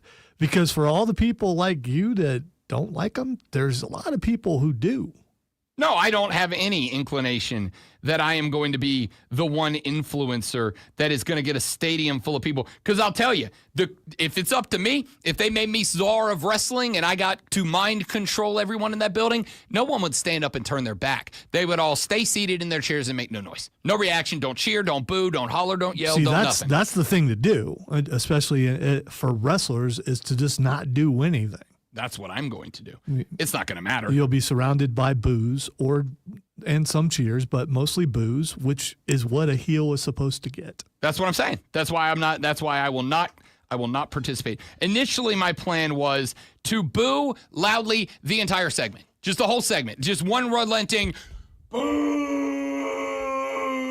boo over him, even when he's like doing his monologue. I want to be the I want him to call me out and be like, screw that guy up there. But then I realized, nah, it's exactly what he wants. That's exactly what gets him. Why don't you do the opposite? Why don't you just go nuts yelling, yeah, whoa. And so everyone looks at you and goes, what is wrong with that guy? No, you know that I am pro heel. Literally broke out the heel shirt today. Yeah. I am pro heel. I am pro bad guy. It's kind of getting annoying now because like now it's cool to like the heels. And so now I'm just one of everybody else. So, like, I'm wondering, at some point, Rob Brown's going to have to go with a babyface turn and just unrelentingly start supporting every good guy. I don't think you have it in you. I think you've been a heel guy since you probably were born, and trying to turn now, it might break something inside. That's what they said about Cena, too, though. That's what they said about Cena. And I'm the John Cena of fans. Uh-huh. Well, Cena's having second thoughts. You've seen the look on his face. Yeah, it's because he got screwed by Dwayne. Right. Story made sense when Dwayne was involved. Now it's just, so Cena's a jackass now for no reason. No, this is his best work that he's for years. This has been his best work. I agree with that too. But sans Dwayne, the story makes very little sense. Anyway, I will be at the well tonight. I will be walking around in my black T-shirt that says heel on it. If you see me, feel free to stop me. Feel free to say hello. Love nothing more, especially at any live sporting event. But at wrestling shows, I love when people come up and talk to me because I know you're my people. And here's the thing. You will not have a hard time finding Rob Brown. So, that's also fair. Is sitting, just listen. I will be wearing a black shirt that just says heel across the front of it, and I'll probably be the only one. But even if I'm not, he'll be the loudest man in the arena without a microphone. That's it. There's that. That's it. I believe of the last 4 or 5 shows between AEW and WWE, between the last 4 or 5 shows that have been here, both Raw, SmackDown, Dynamite, and a house show, I believe so far I have been at least pointed to by somebody in a ring consistently. I'm going to stretch that streak tonight. All right, I'm going to be annoying. So come find me. But it's not going to be for Logan Paul. But it will not be for Logan Paul. Be for other people. Correct. Yeah. Rick, kind enough to call back in. Unfortunately missed Rick earlier, but gives us a ring back. Wants to talk some Carolina Panther football. Rick, my guy, welcome back to the show, buddy. Good to have you. Yeah, let me tell you, I love wrestling too. And the job that I do for kidney dialysis. And did you know that Ric Flair's name is Ric Flair, Fleir, and they changed it about 40 years ago? Did you know that? Sure did, as a matter of fact. Ric Flair. I actually know the parents. They're dead now, but he had kidney dialysis, and that was one of my patients, and I knew Ric Flair. Nice. He's a great guy. Nice. That's awesome. What we got on the Panthers, Rick? Panthers. I don't know what they're doing. They're just jumbling stuff up. I don't like the pick that they made. I wanted an in rusher. I wanted to make my predictions on the Panthers. We were making predictions. Yes. My high end prediction would be 7-10. My low end prediction would be 5-12. They're going to be somewhere in between there. I don't know where, but they're not going to be a contender, I don't think. Right now, Rick, I will tell you. By the way, 7 wins, you're a contender in the South. In the NFC South, you might be a contender. I think 8 is the minimum you can win the South with. I think 9 is more likely of a number.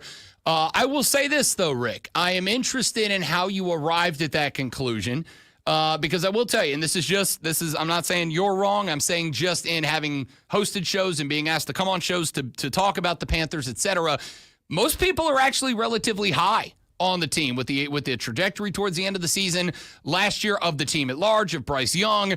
Most people think that Teteroa McMillan was the best wide receiver in this class, maybe the exception of Travis Hunter, but Tet McMillan's a bigger guy. He's a stronger guy. And you did get 2 edge rushers, 2 pretty good SEC edge rushers down the stretch. Most people, Rick, are actually pretty high on the direction of the Cats. What's got you feeling the other way? I hope so. But I've got season tickets, and I don't want to not show up again for them this year. I didn't go but to 1 game last year, and let me tell you, I feel bad about myself not going.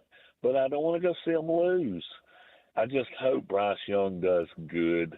I thought they should have went after maybe another backup quarterback. But please please let them be decent this year. Rick, appreciate it, big dog. Good to have you back on the show. Call in anytime, 844-326-3663. Anybody want to react to Rick, you are welcome to now.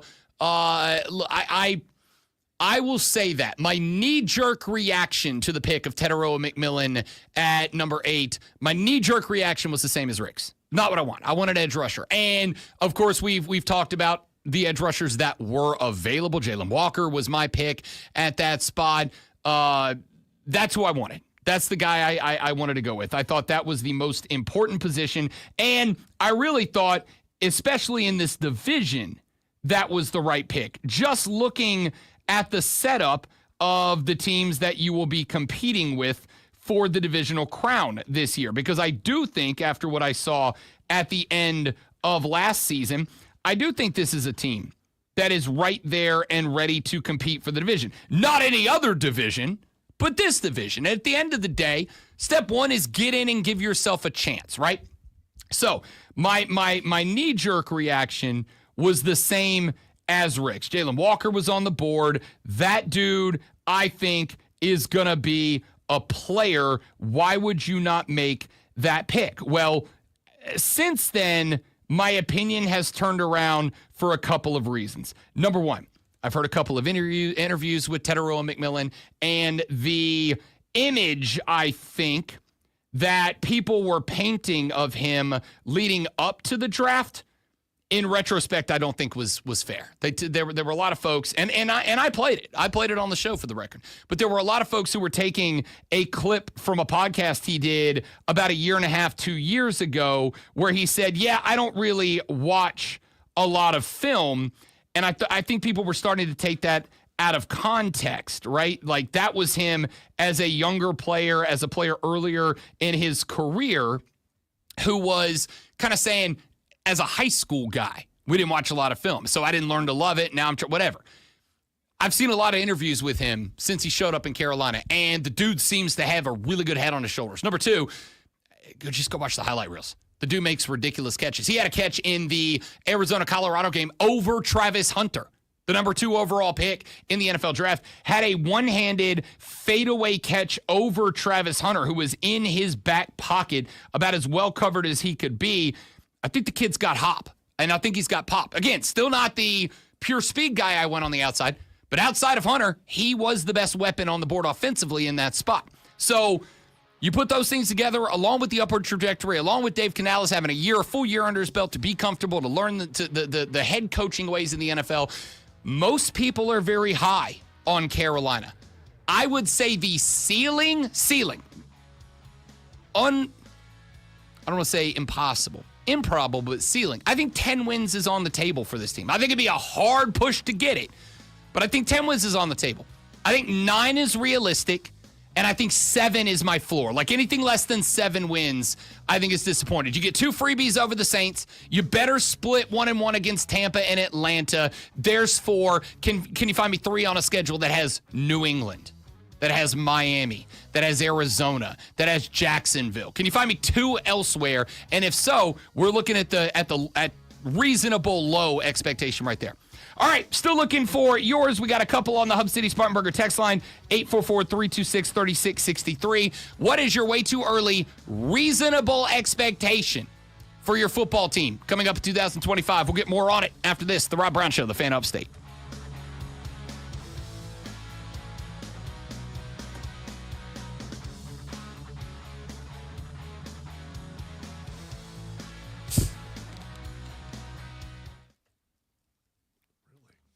James, the popular thought right now amongst the NFL draft dudes, so take it with the entire shaker of salt.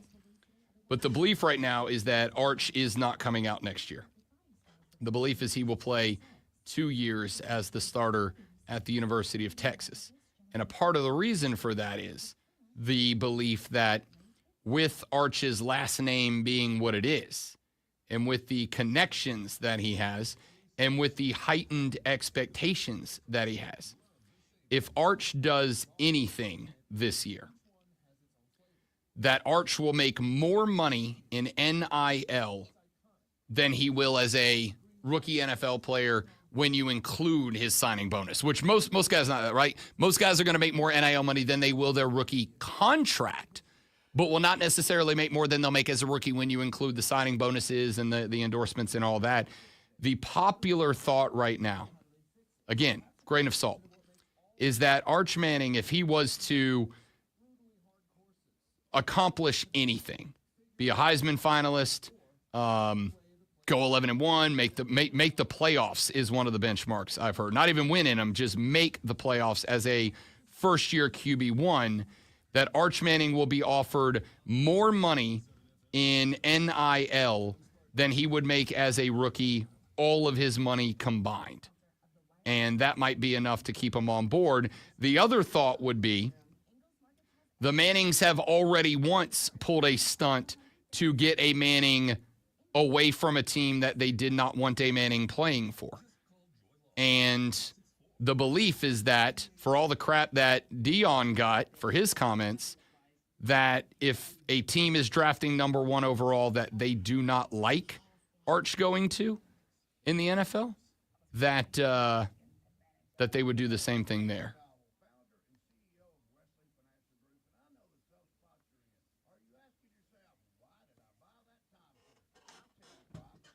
Cornship just texted the show and said, that's why I saw a truck downtown plastered with McAfee's face all over it.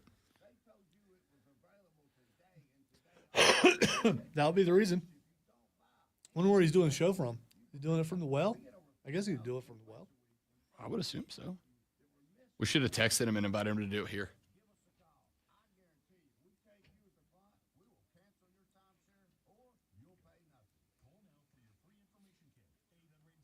I did reach out to try to get him on the show. It'd be a good time to go. I believe he is traveling here this morning. I was going to say, it'd be a good time to use your building pass and stuff and just, Can't today. Just go watch. They lock it TF down.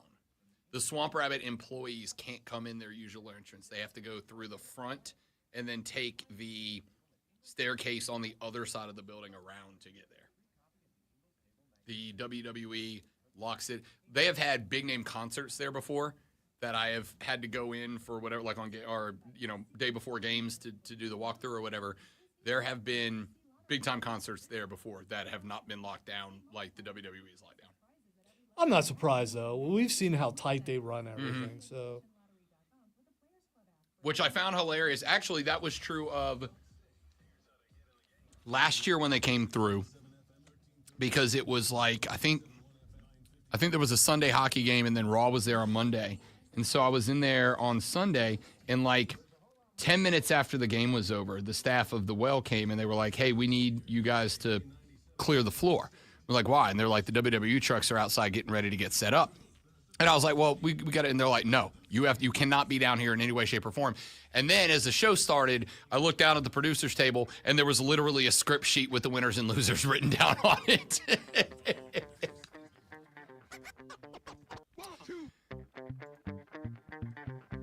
So I did my I'm a Boomer segment earlier, and now I'm going to do a somebody else is a Boomer segment. You know who is our okay Boomer of the day?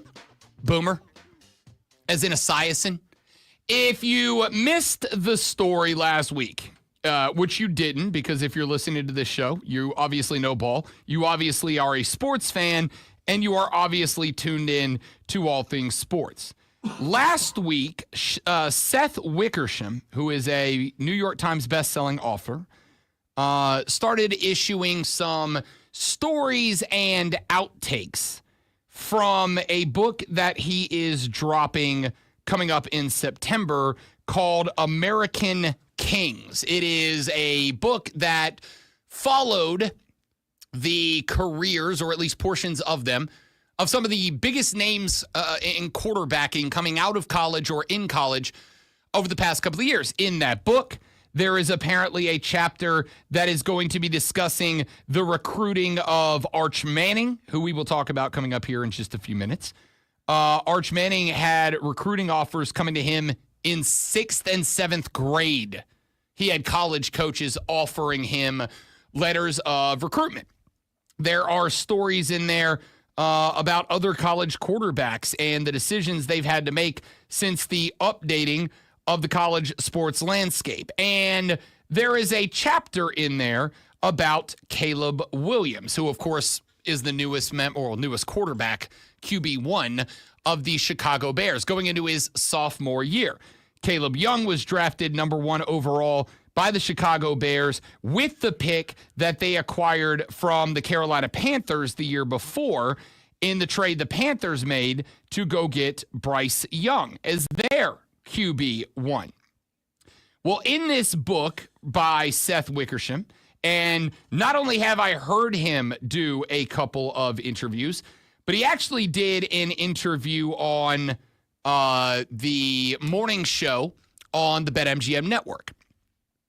And he told the two hosts of that show, Michael Jenks being one of them, who I had a conversation with on Saturday, and we played some of the clips on our show on Saturday. I actually meant to pull this clip for today. I may have it for you tomorrow. But basically, he told them, everything I wrote in this book is true, and I'll stand on that.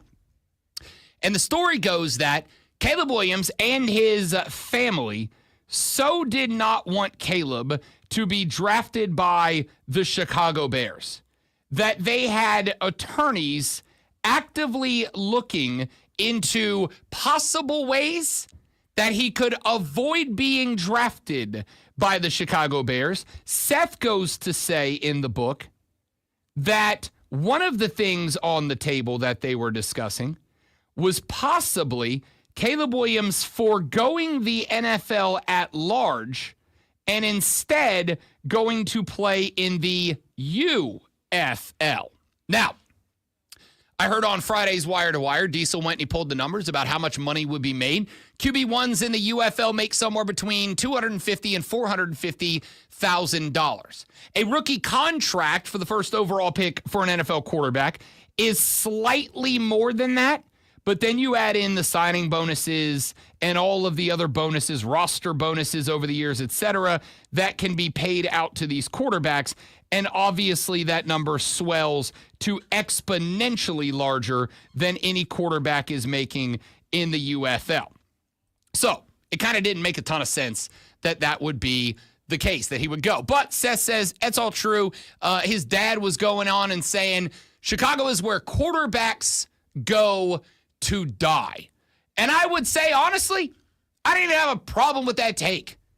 Because there's really only one team in the NFL that has done a worse job with quarterbacks over the past 20 years than the Bears, and that, of course, is the Cleveland Browns. The difference is the Bears, while not good over the last handful of years, aren't a joke. The Browns are just a joke, right?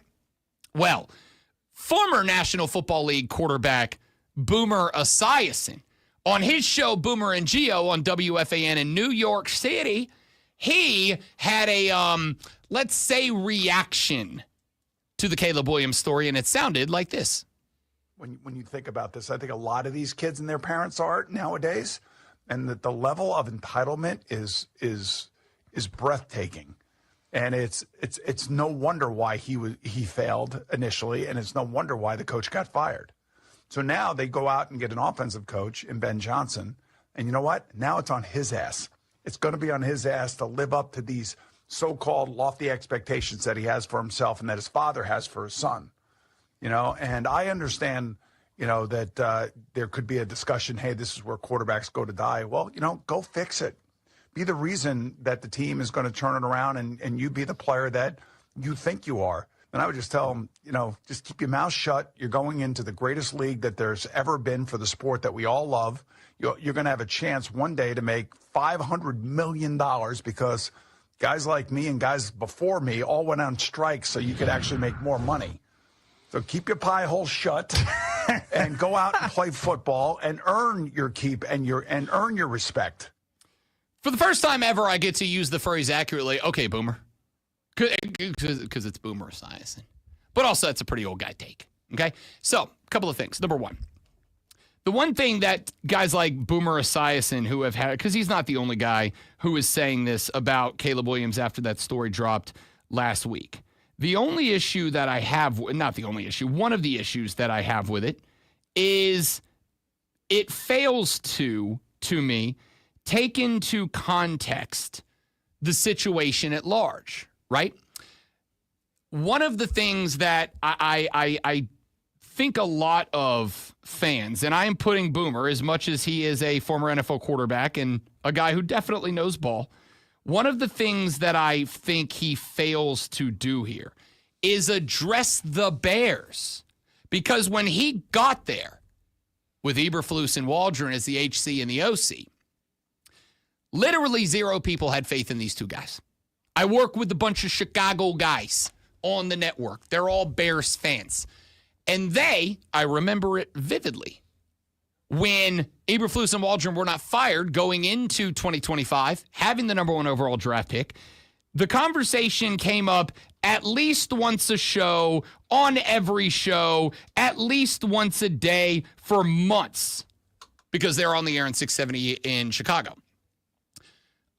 Came up a lot of times. Why are we going to put a rookie quarterback into the hands of an HC and an OC that literally no one believes in, including half the team who were not shy about saying it? 0 fans. The only people who seem to believe in these guys are the guys signing the paycheck. Why are we going to put it in their hands? And so the question I asked was, if any professional anywhere, and these guys are professionals, they are doing this for a living, has the opportunity to say, this manager sucks, this owner sucks, these people suck, and I don't want to work here. I get that it is different and that you are drafted and they have draft rights, and that is all part of a system that has been built and designed and calibrated over the years. But if Caleb Williams straight up says, I don't want to play in the NFL, I'd rather not play in the NFL than play for that guy, you can say it's entitlement. I would say he doesn't want to get Trevor Lawrenced. Okay, they won 5 games last year.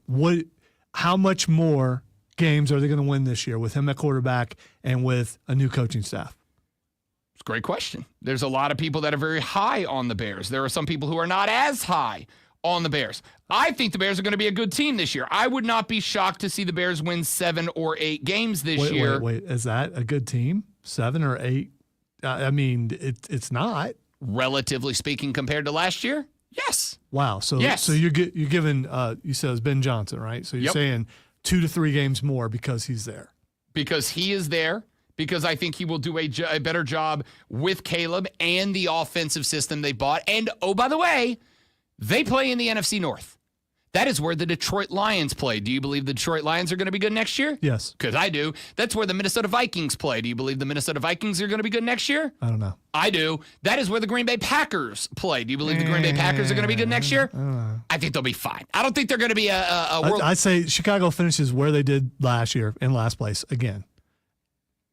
And then how many years will it take before it's more about Caleb Williams than it is the coaching staff? Because it may very well be the coaching staff, but I think it's a little bit of both. I thought he was overrated, and we're going to see what he does this year. You know how we have said for a while, and you've agreed with me on this, that winning the NFC South is like ho-hum because that division stinks, right? Yeah, because they all the teams in the South try to give it away. Right. No, I don't want to win it. You win it. No, you win it, my friend. So winning the NFC South the last couple of years, and I think both of us agree winning the NFC South this year, that in and of itself, like if you're Carolina, if you are Carolina winning the division this year, yeah, hands up celebration. We did a thing. Winning the NFC South the last couple of years, very ho-hum. The NFC North's the exact opposite of that. It's the exact opposite. It is such a stacked division that even coming in last in that division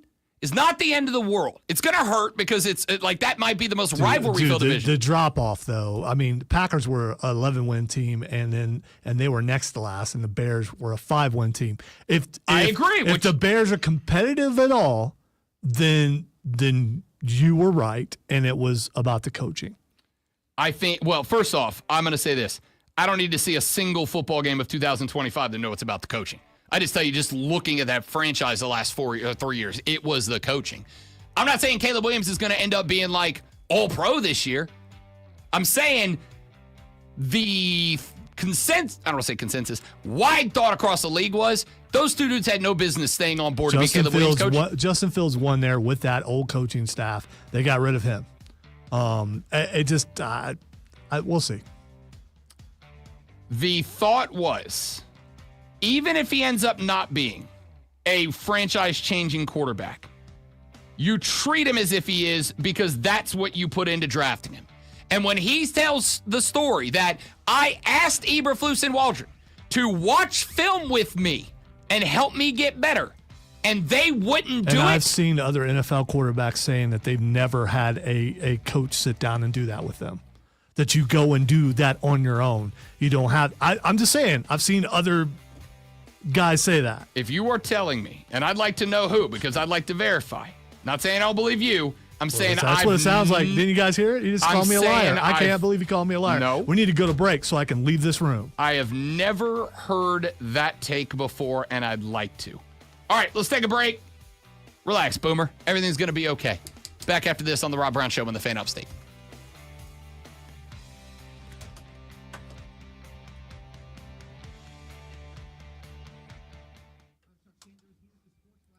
My buddy just texted, what should I wear tonight? Yeah, I don't think that really matters, but, clothes.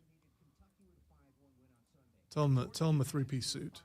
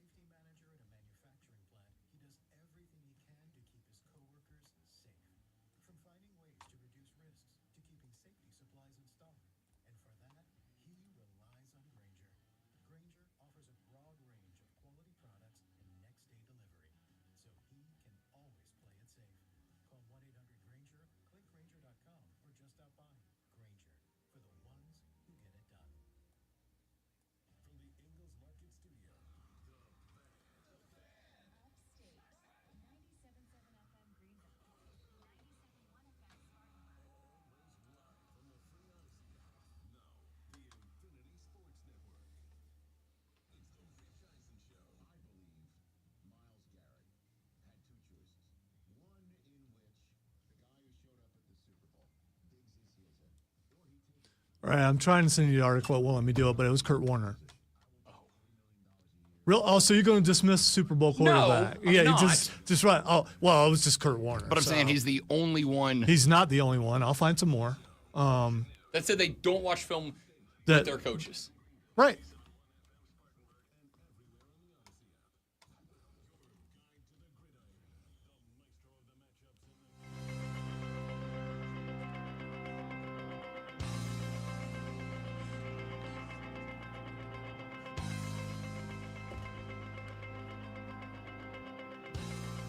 The Rob Brown Show back on your radio. It is the fan upstate. Rob Brown, the great one, Lonzo, and you. 844-326-3663 is the number if you want to be a part of the program. The ACC and SEC baseball tournaments, both firing up tomorrow. We are going to be covering those events for you over the next few days as games start as early as 9 a.m.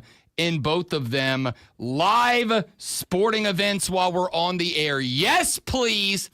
There's a large part of me that wants to get into like more European sporting events, not because I need more on my plate, but because live sporting events when Zoe and I are on the air are the absolute best. Speaking of baseball, the Atlanta Braves went up to Beantown and took 2 out of 3 away from the Boston Red Sox, which was absolutely nothing shy of delightful, including last night's 10-run game where the Braves ended up hitting the baseball a lot. Marcell Ozuna went yard for the second time in 2 days.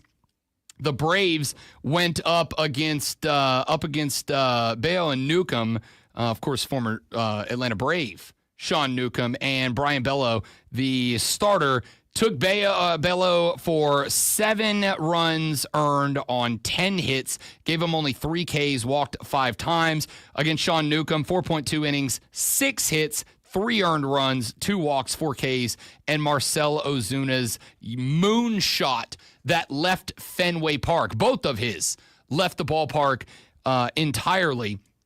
It should have been, honestly, a 3-game sweep of the Boston Red Sox, as Saturday night, the Atlanta Braves had themselves a 6-2 lead and then watched as a, once again, mismanaged bullpen completely blew that game, allowed the Red Sox to fight all the way back and then give Rafi Devers his walk-off moment as he is trying to work out a solution with the Red Sox. That drama's been a lot of fun to watch, but I won't bore you with that right now. Last night was such a good time that I put the Bravos game on. I should say yesterday afternoon was such a good time that I put the Bravos game on, and even the wife sat down to watch it with me because there were base runners on the base path. Is this is after your negative comments on X? So I'm strolling through X yesterday, and I saw a negative comment on the Braves. That was from Saturday. No, okay. I saw a negative comment on the Braves and didn't see who sent it, and knew without a doubt it was you. Oh, then sure. I paged up like, yeah, it's Rob.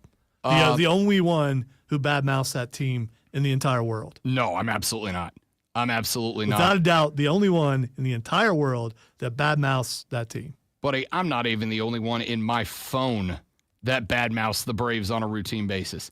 And for the record, Guy, for the record. Not talking about your echo chamber. Just talking about it's you and your boy's going to echo what you say. Do you think there's nobody else in the entire world that hates their favorite team as much as you do? No, that's entirely untrue. I am a member of multiple Atlanta Braves forums, message boards, etc. Yes, it is where the nerds gather, but if there are folks on a freaking message board about a baseball team in May, they're diehards. It's a whiner line?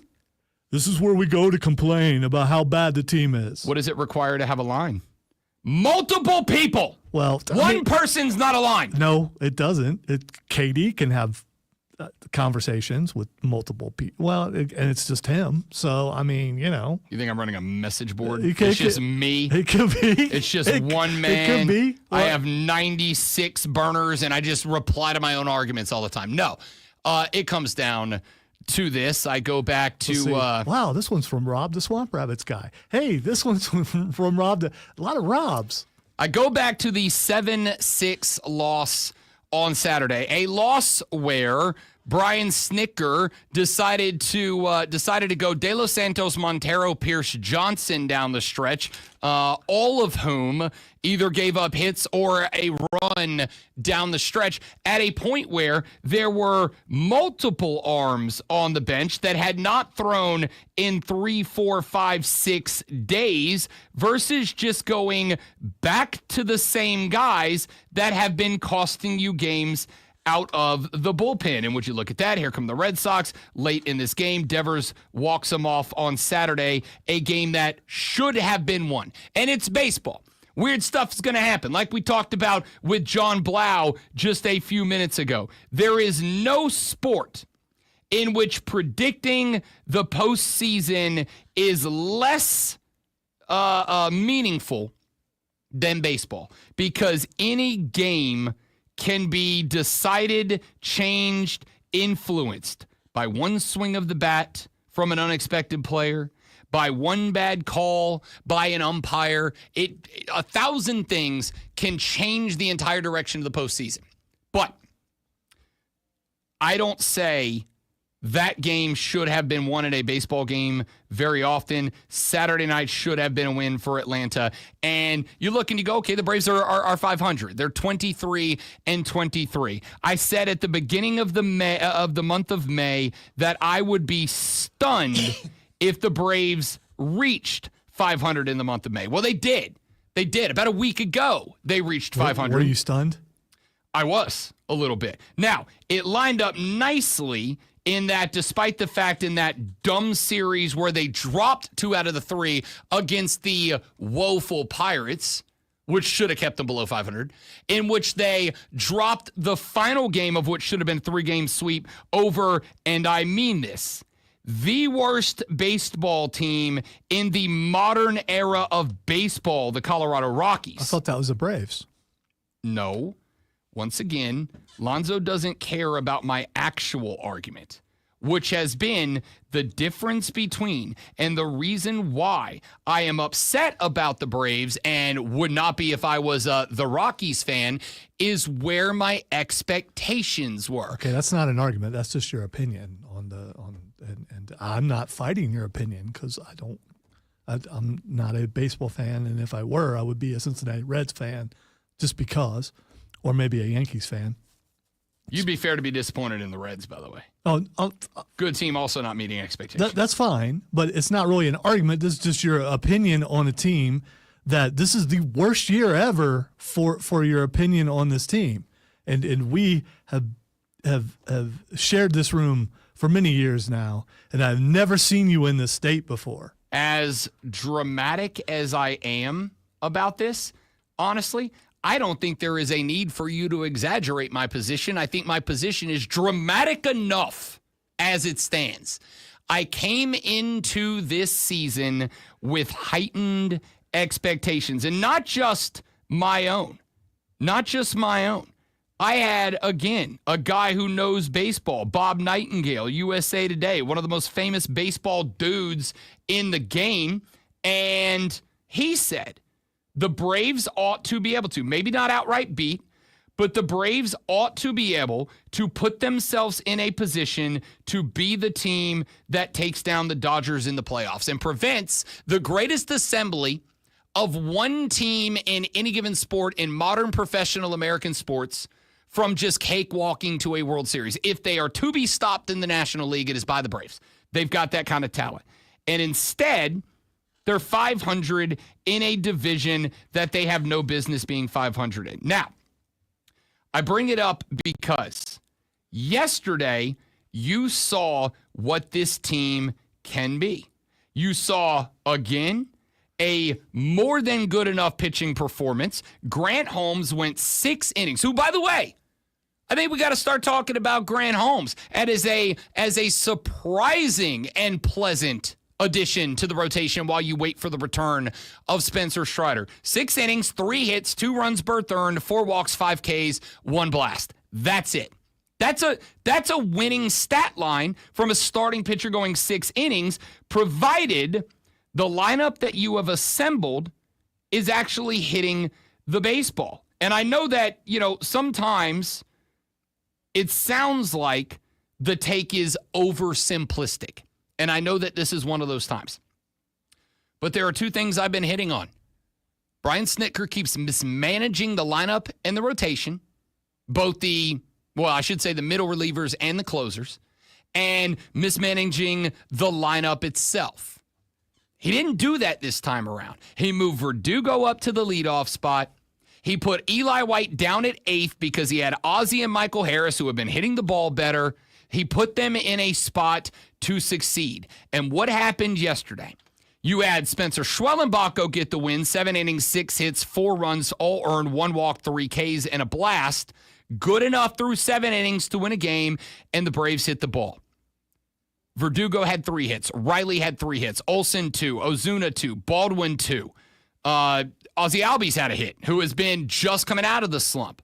You had 2 from Eli White in the 8 spot. Nick Allen had 1. Ozuna went yard again. Every Brave, with the exception of the leadoff man, who has the 9-hole hitter ahead of him, every Brave had at least 1 RBI yesterday. And now, the Rob Brown Show presents Twitter. Oh, it's 9 o'clock. It's the end of the show. I genuinely thought we were in the 3rd hour of this radio program. Wow. And you also that look he just gave me. I genuinely... Like it's my fault he doesn't know what time it is. You hit the Twitter sounder, and I was like, why are you playing this? We have another hour to go. No, we don't. That's on me. I was having that much fun today. We all know it's on you. All right, the first thing that's Xing is the Brooklyn Bridge. I could have ended with something way more positive than that. Okay, well. Goodness gracious. The Brooklyn Bridge Xing because it got hit by a boat. We got 69 people following us right now. Nice. There you go. Brooklyn Bridge. Brooklyn Bridge because it got hit by a boat. A Mexican tall ship. A big boat. A Mexican tall ship was sailing, I don't know if it was into or out of New York Harbor, and it was on full parade display, which means they had sailors that were lining the masts. There are 3 masts. It's a big-ass sailboat. Yeah, they were up in the crow's nest. And it crashed into the Brooklyn Bridge. 2 people have passed away. I believe 2 more are in critical condition. Honestly, I saw that, and I'm like, oh, I got to go see this. And then I started reading, no, people got messed up. It was scary. It popped up on my feed, and I'm like, oh, they got to know. They got to. Oh no, they don't know. Which, as an old white guy, I don't love much more than I love big, tall sailing ships, big, tall ships. Oh, they're pretty cool. And so this was really sad because this is one of the most beautiful tall ships I've ever seen, and it just wrecked. It had lights all up and down the thing. That was sweet. Apparently, what happened was it was being towed out of harbor, not under its own power, and something went wrong. And I guess the tugboat either couldn't stop or couldn't change direction, and basically they were like, you can't stop a ship like that on a dime. You cannot. All right, the next thing it's Xing is Caruso. That would be Alex Caruso of the Oklahoma City Thunder, who has been an absolute and certified G for that team coming off the bench in this postseason run. I don't think they beat Denver in Game 7 without him. I don't know if they win this series without Alex Caruso. You talk about Jokic's look. Look at Caruso. That's the guy who tries too hard at the rec. That's a fact. Yeah. That's a fact. Except he's that good. Jokic is the dude that, because of his thickness and his weight and his not being in shapeness, reminds me of me. Caruso's the dude that reminds me of me in, this dude showing up in headbands and the oversized t-shirt under the jersey. This dude shouldn't be here, yet he's out here turning in 5 threes a game. It's pretty good. All right, the next thing is Xing is Brock Purdy. Brock Purdy got paid this weekend, $265 million contract over 5 years. But I think he's Xing. It also has a no-trade clause. Exactly, because there is no trade clause in this contract, which means the Niners are all in. And if I'm right about Brock Purdy, and he's just a quarterback who's been surrounded by an immense amount of talent, and without Debo, his distraction guy, it all gets pulled back, that's going to be an overpayment. If Ryan Horvat's right about Brock Purdy, and now this is settled, 49ers maybe are a good team. All right, one last thing that's Xing is the Slinky. It is the birthday of the Slinky, and No, it's toys that kids today have no idea what it is when you say the name. I've owned probably 50. I used to have the old metal Slinky, like the real Slinky, like the Slinky that does go downstairs. I used to have one of those. I could actually do some of those cool, like, flip it over tricks where it, like, walks through your hands. I also didn't talk to girls until I was, like, a senior in high school, so. Hey, that's it for us. Thanks for being here. It turns out the show's over. I'm as surprised as you are. Do it again tomorrow. If you didn't like the show, you have bad taste in radio. If you're at Monday Night Raw tonight and you see me, come up and say hi. I'd love to meet you. If you're not, well, we'll see you back here tomorrow to do it all over again, but better on the Rob Brown Show and the Fan Upstate. Later.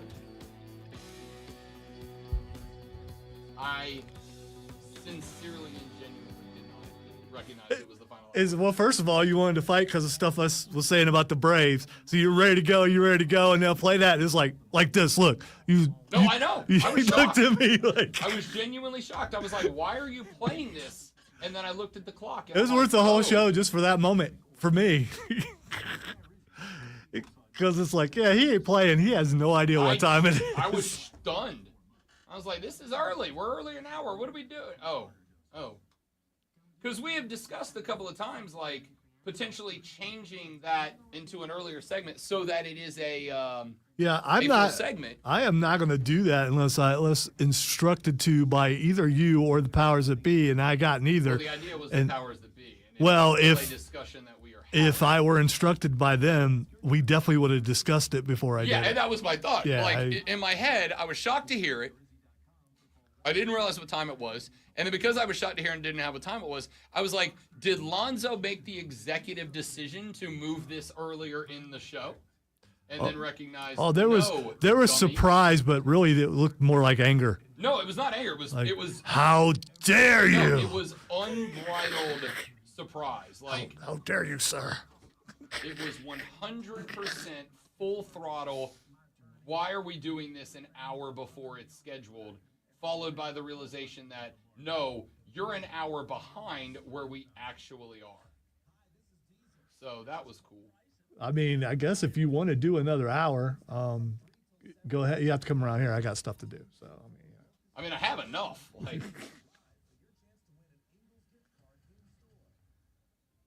well, that's going to be it for us because I gotta surprisingly, that's it for us. I have a honey-do list to get done before I go to wrestling, and we have decided we are going to. Don't tell anybody. We're gonna bring my Blackstone up to the top of the parking garage and do a real tailgate. Don't tell anybody. Well, I don't know if that's allowed or not, and we're gonna ask forgiveness, not permission. He's not going to tell you what parking garage he's going to be in. So no selling daylight savings time, and the Trogdor the Burninator, Abby. I like it a lot. That's good work there, James. That's good. All right. If you're going to be at Raw, come find me. If you're not, see you tomorrow. Thanks for being here.